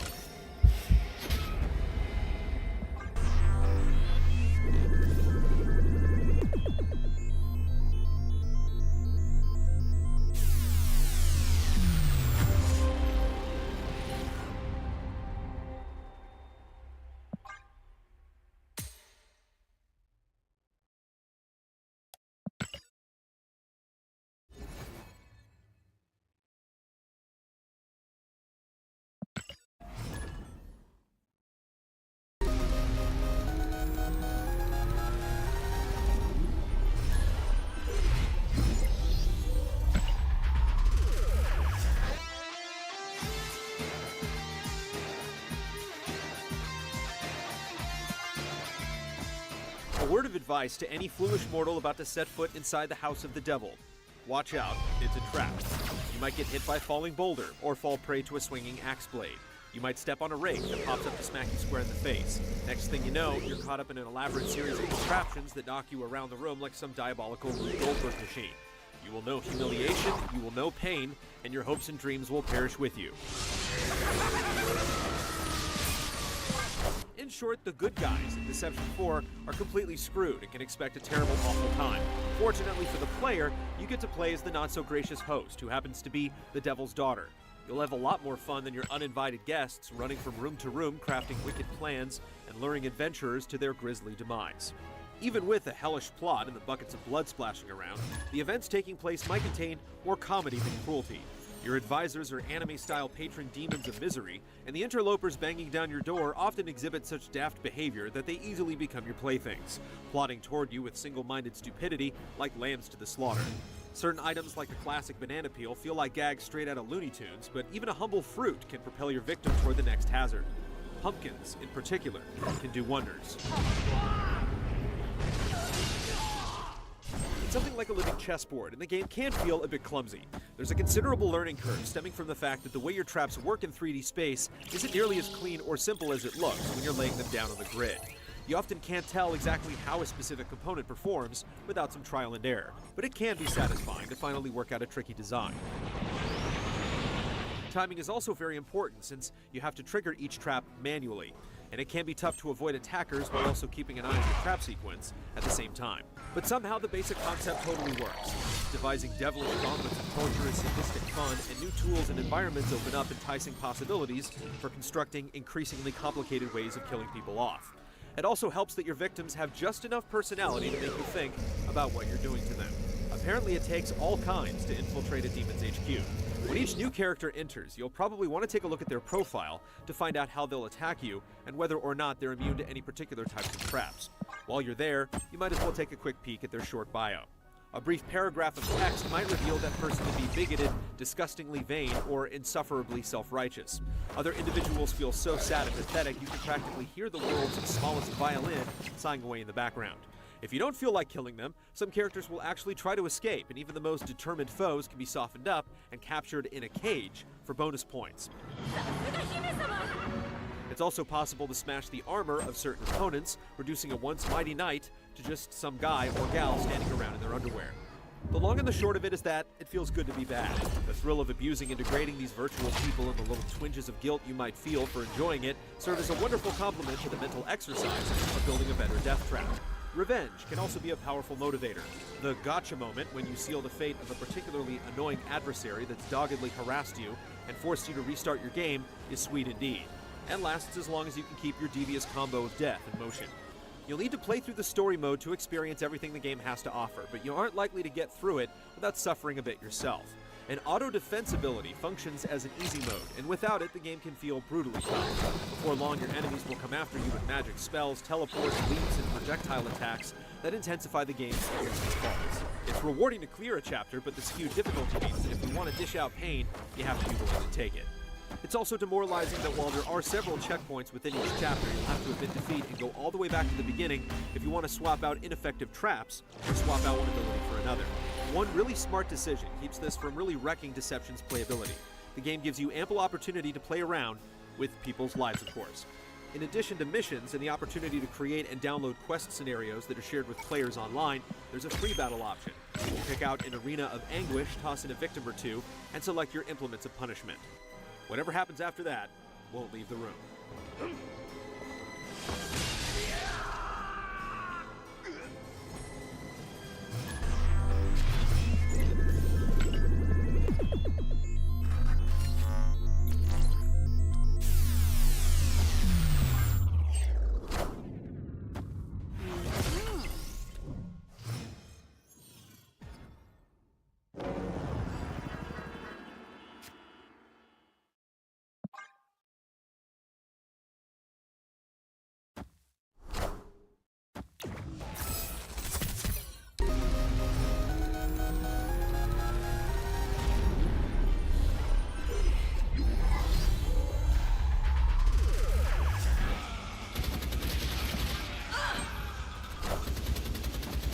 Remember when first-person shooters had color-coded doors with corresponding keys, rocket jumping, and secret rooms?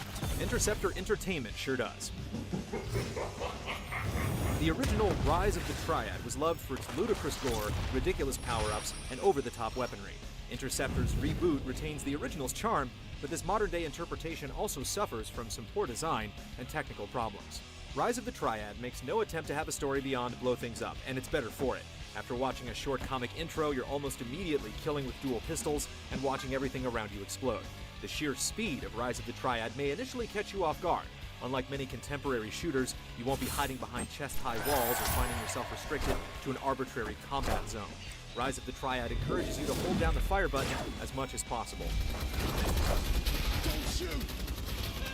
This sort of reckless abandon is hampered by odd decisions. The game features an in-level checkpoint system over manual saves. They're spaced far apart, making many sections more frustrating than they need to be. Also, for some reason, some designer thought precision platforming in a first-person shooter was a good idea, where one misstep means death. And with the checkpoint system, you'll clear one difficult jump only to fail the next, resulting in an annoying do-over. In a game where most of your arsenal blows enemies into tiny bloody bits, fussing over landing on a small ledge seems like it's missing the point. There's more holding Triad back than jumps and saves. Occasionally, you'll get stuck in level geometry, your weapon will refuse to fire, or may just disappear entirely.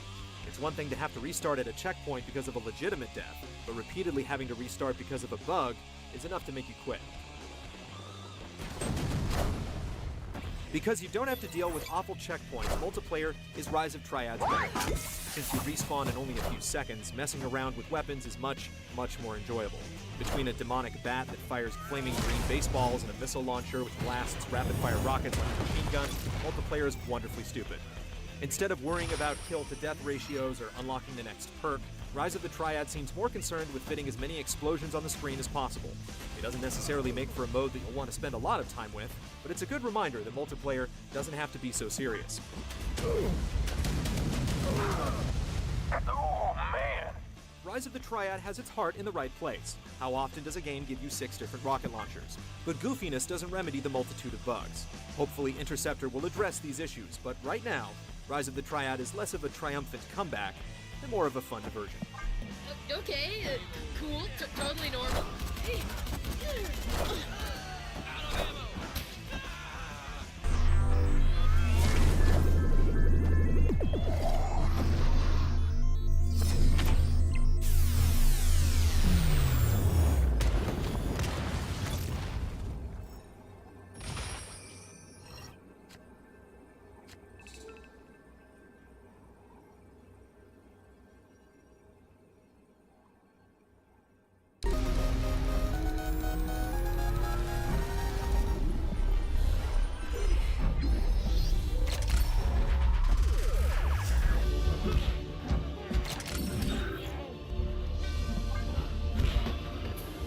From Ace Team, the same people that brought us the original Xenoclash, comes another first-person puncher that defies explanation. Xenoclash 2, like its predecessor, is entirely focused on... What are you doing? I'm reading the Xenoclash 2 review. Let me take a look at this. No, this is all wrong. If you're gonna review Xenoclash 2, man, you gotta talk like Xenoclash 2.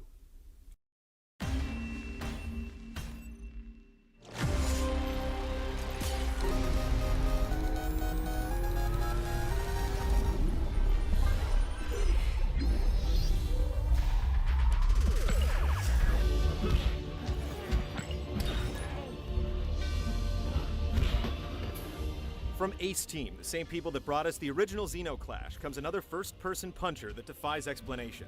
Xenoclash 2, like its predecessor, is entirely focused on... Whoa, Brandon, what are you doing? I'm reading the Xenoclash 2 review. Let me take a look at this. No, this is all wrong. If you're gonna review Xenoclash 2, man, you gotta talk like Xenoclash 2. All right, well, you do it. I plan to.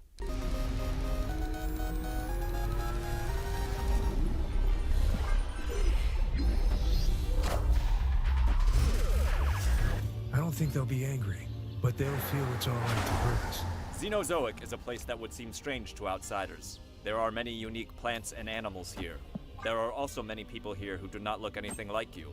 Their clothing is unique, and they speak in strange ways. Many of them have scales, claws, or beak mouths. The one called Tutterja has a beak mouth, but also teeth. If we beat up a few thieves, it doesn't matter to us if they chase us for one more thing. Unfriendly people sometimes want to hit you with their fists. If this is the way they are going to be, then it is only right that you hit them with your fists. If you hit them with your fists hard enough, they will leave you alone. Because many people do not want you to free Father Mother from jail, or to travel through their lands, knowing how to fight is very important. You can punch enemies with your left or right hand, sometimes hitting an opponent many times at once, but you will become tired if you swing too much. You will also become tired if you block many attacks, but if you dodge when someone tries to hit you, you can hit them instead. It feels good to punch their stupid faces, to see them reel and shriek. When someone is dizzy, they can be hit, thrown, and crushed. When you block at just the right moment, you can kick your enemy very hard. If they are knocked off a cliff, they will no longer move. The fight will be over. Now we know golems can be stopped. The best feeling is the feeling when you use your most powerful attacks to quickly defeat others. When your enemies fall to the ground, you are able to kick them. It is not fair, but there really is no such thing as fair anyway. The important thing is to win, not lose. The worst feeling is an unfair fight, where many enemies try to hit you at once. But really, there is no such thing as unfair either. Sometimes you can spin around, kicking whoever is behind you. You cannot choose when to do this, but when you can, it is always a good idea. You can choose when to use weapons. Guns are useful, but they do not feel strong, not like a kick in the head. Friends can also help you fight, though they are not always able to win either. It's possible that someone from another Xenozoic can join you in your Xenozoic, or you can join them on their Xenozoic. This is because of a thing called the internet. But this brings more enemies. Companionship is good, but it might be best to fight alone. There are many things to see in this land, but wandering around can feel empty. Strange men will ask you for strange favors. Get me moths, please. I can't make colors without moths. But the rewards for helping them are very small. Not doing them would be easier. You will find special totems during your travels, which help you grow strong and become a better leader. A good leader can get his follower to move a rock. When a rock will not let you see what's behind it, that's probably a rock that should be moved. Rocks should not keep secrets. Now I'm convinced we have to get to his home to find a weapon. Magical artifacts can help you solve problems. A gauntlet can capture the power of the sun or moon, and a metal glove can link one thing to another. When you hit one thing, the other thing will be hit at the same time. There are not many ways to change the world, but with these magical artifacts, the world can be changed, at least in a small way. If you were to say that such things make the world more interesting, what you said would be true. Golem is the reason you have to do all of this in the first place. It is hard to understand what Golem means and why he does what he does, but with enough fighting and walking, you will find the answer eventually. Sometimes, though, your path is not clear. A marker may show you the way forward, but not always. That's just the way markers are. People in Xenozoic do not like to repeat themselves, and you may forget what you're doing. You will feel confused because your way will be blocked. You will wander around, and you may feel like punching something. Because you will feel this feeling, it's good that there is always something for you to punch. The score is 7.3.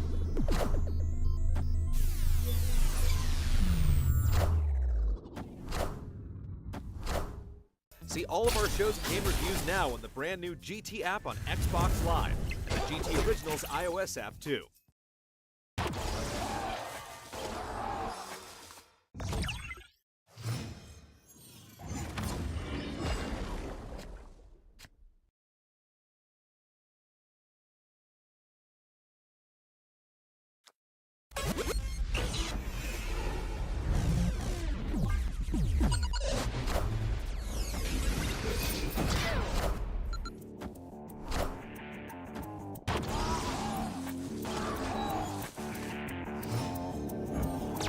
One, two, fuck it, three! Dead Island captivated players earlier this year with a stunning trailer, which finally put the co-op Zombie Slayer on the map for many, despite being announced 5 years ago. Is this undead resort a player's paradise? Or more like an unpleasant timeshare? Well, I'm sorry, but that's impossible.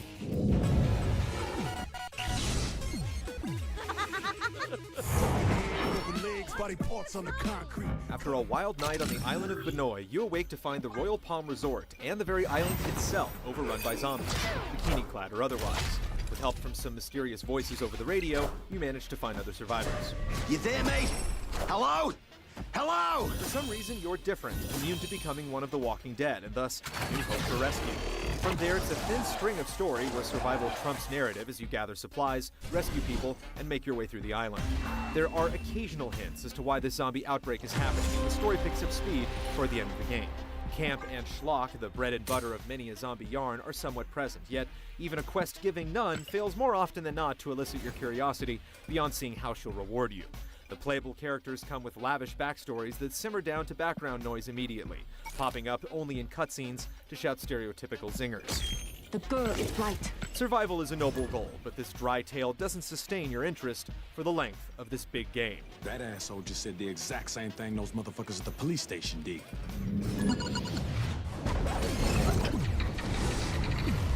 These people are gonna help us.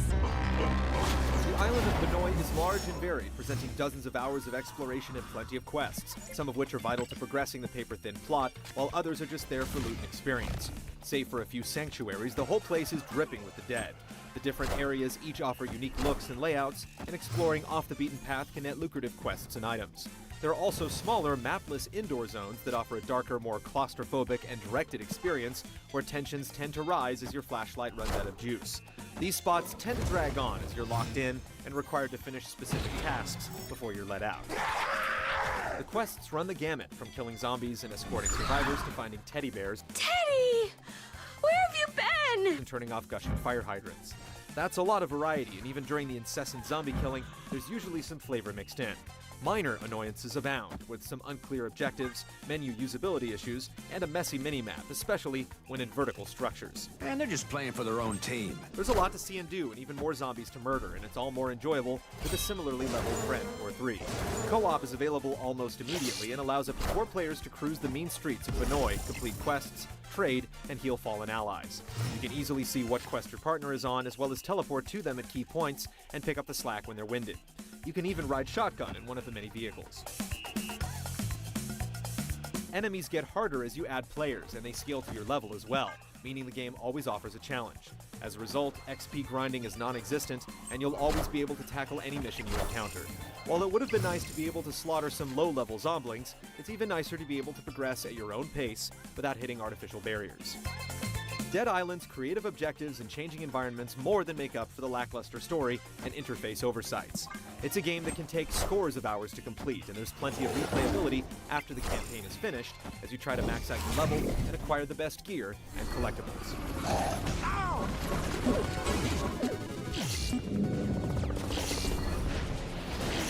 Do exactly as I say, okay? You're gonna have to trust me. So how does one actually go about surviving on the Isle of the Dead? While there are firearms, Dead Island has a penchant for melee. The characters all have their own specialization, be it guns, blades, or blunt weapons, and skill trees to further distinguish and customize them. No one is really stuck in any particular role, however, making any and all weapons desirable. And you'll need your tools. Melee weapons break a little with each swing, and you'll need to spend cash to repair, mod, and upgrade them. Don't get too attached, since over time, better weapons, both common and rare, will replace that axe you spent a couple grand on. Scavenging for greenbacks, weapons, and recipe parts is an ongoing chore that rewards mechanical thoroughness more than the ability to spot hidden caches. Food and energy drinks act as small heals, with medkits being particularly rare and expensive. Capitalism still rules supreme even during the apocalypse, and you'll lose 10% of your cash if you die. Speaking of dying, we ran into some bad bugs in the review build we played, which frequently caused us to spawn in unexplored and hostile territory, sometimes right in the middle of a pack of enemies. Deep Silver has stated that these bugs will be addressed with a Day 1 patch, but we didn't receive that update for our review. See that greedy bastard? It is the end of days. Dispatching zombies can take a lot of hacks, slashes, shots, and shivs. And while headshots do more damage, be prepared to dance with the dead while managing your stamina as you land each blow. This can get particularly annoying late in the game when you play solo and face more zombies. But even if you run out of viable options, you always have your fists and feet. Kicking takes no stamina, so it's always a viable option, but it does puny damage if you don't dump points into it. Be prepared to climb cars and kick zombies in the face when things get rough. Every weapon has a real sense of weight to it, and the adventurous can try the optional analog melee controls, which might lend you some tactical advantages, but can take a good bit of getting used to. You'll slice and dice many a limb from many a zombie, and there's a ton of different looking zombies, but only a handful of types. The typical zombies are the walkers, making up the bulk of the troop. Then there are fast-infected, brutish thugs, exploding suiciders, and puke-filled floaters, plus a few more in the later levels. Their numbers quickly end up being more impressive than their uniqueness, with any individual zombie being easy to dispatch. There are a handful of encounters with human enemies that bring out the gunplay and distance game, and these targets thankfully drop more reasonably to a well-placed headshot. Kill those fuckers! Driving through hordes of zombies, jumping out to loot their corpses before finishing a quest and leveling up is a common occurrence in Dead Island, one that practically ticks boxes off the digital mayhem checklist. The game's economy and loot do much to keep things challenging and interesting, and if you play in brief bursts, the repetition of constant scavenging and wall-to-wall combat doesn't mar the experience. Extended sessions are best played with friends, though, lest you resort to canning zombies to death. My muscles are starting to cramp up.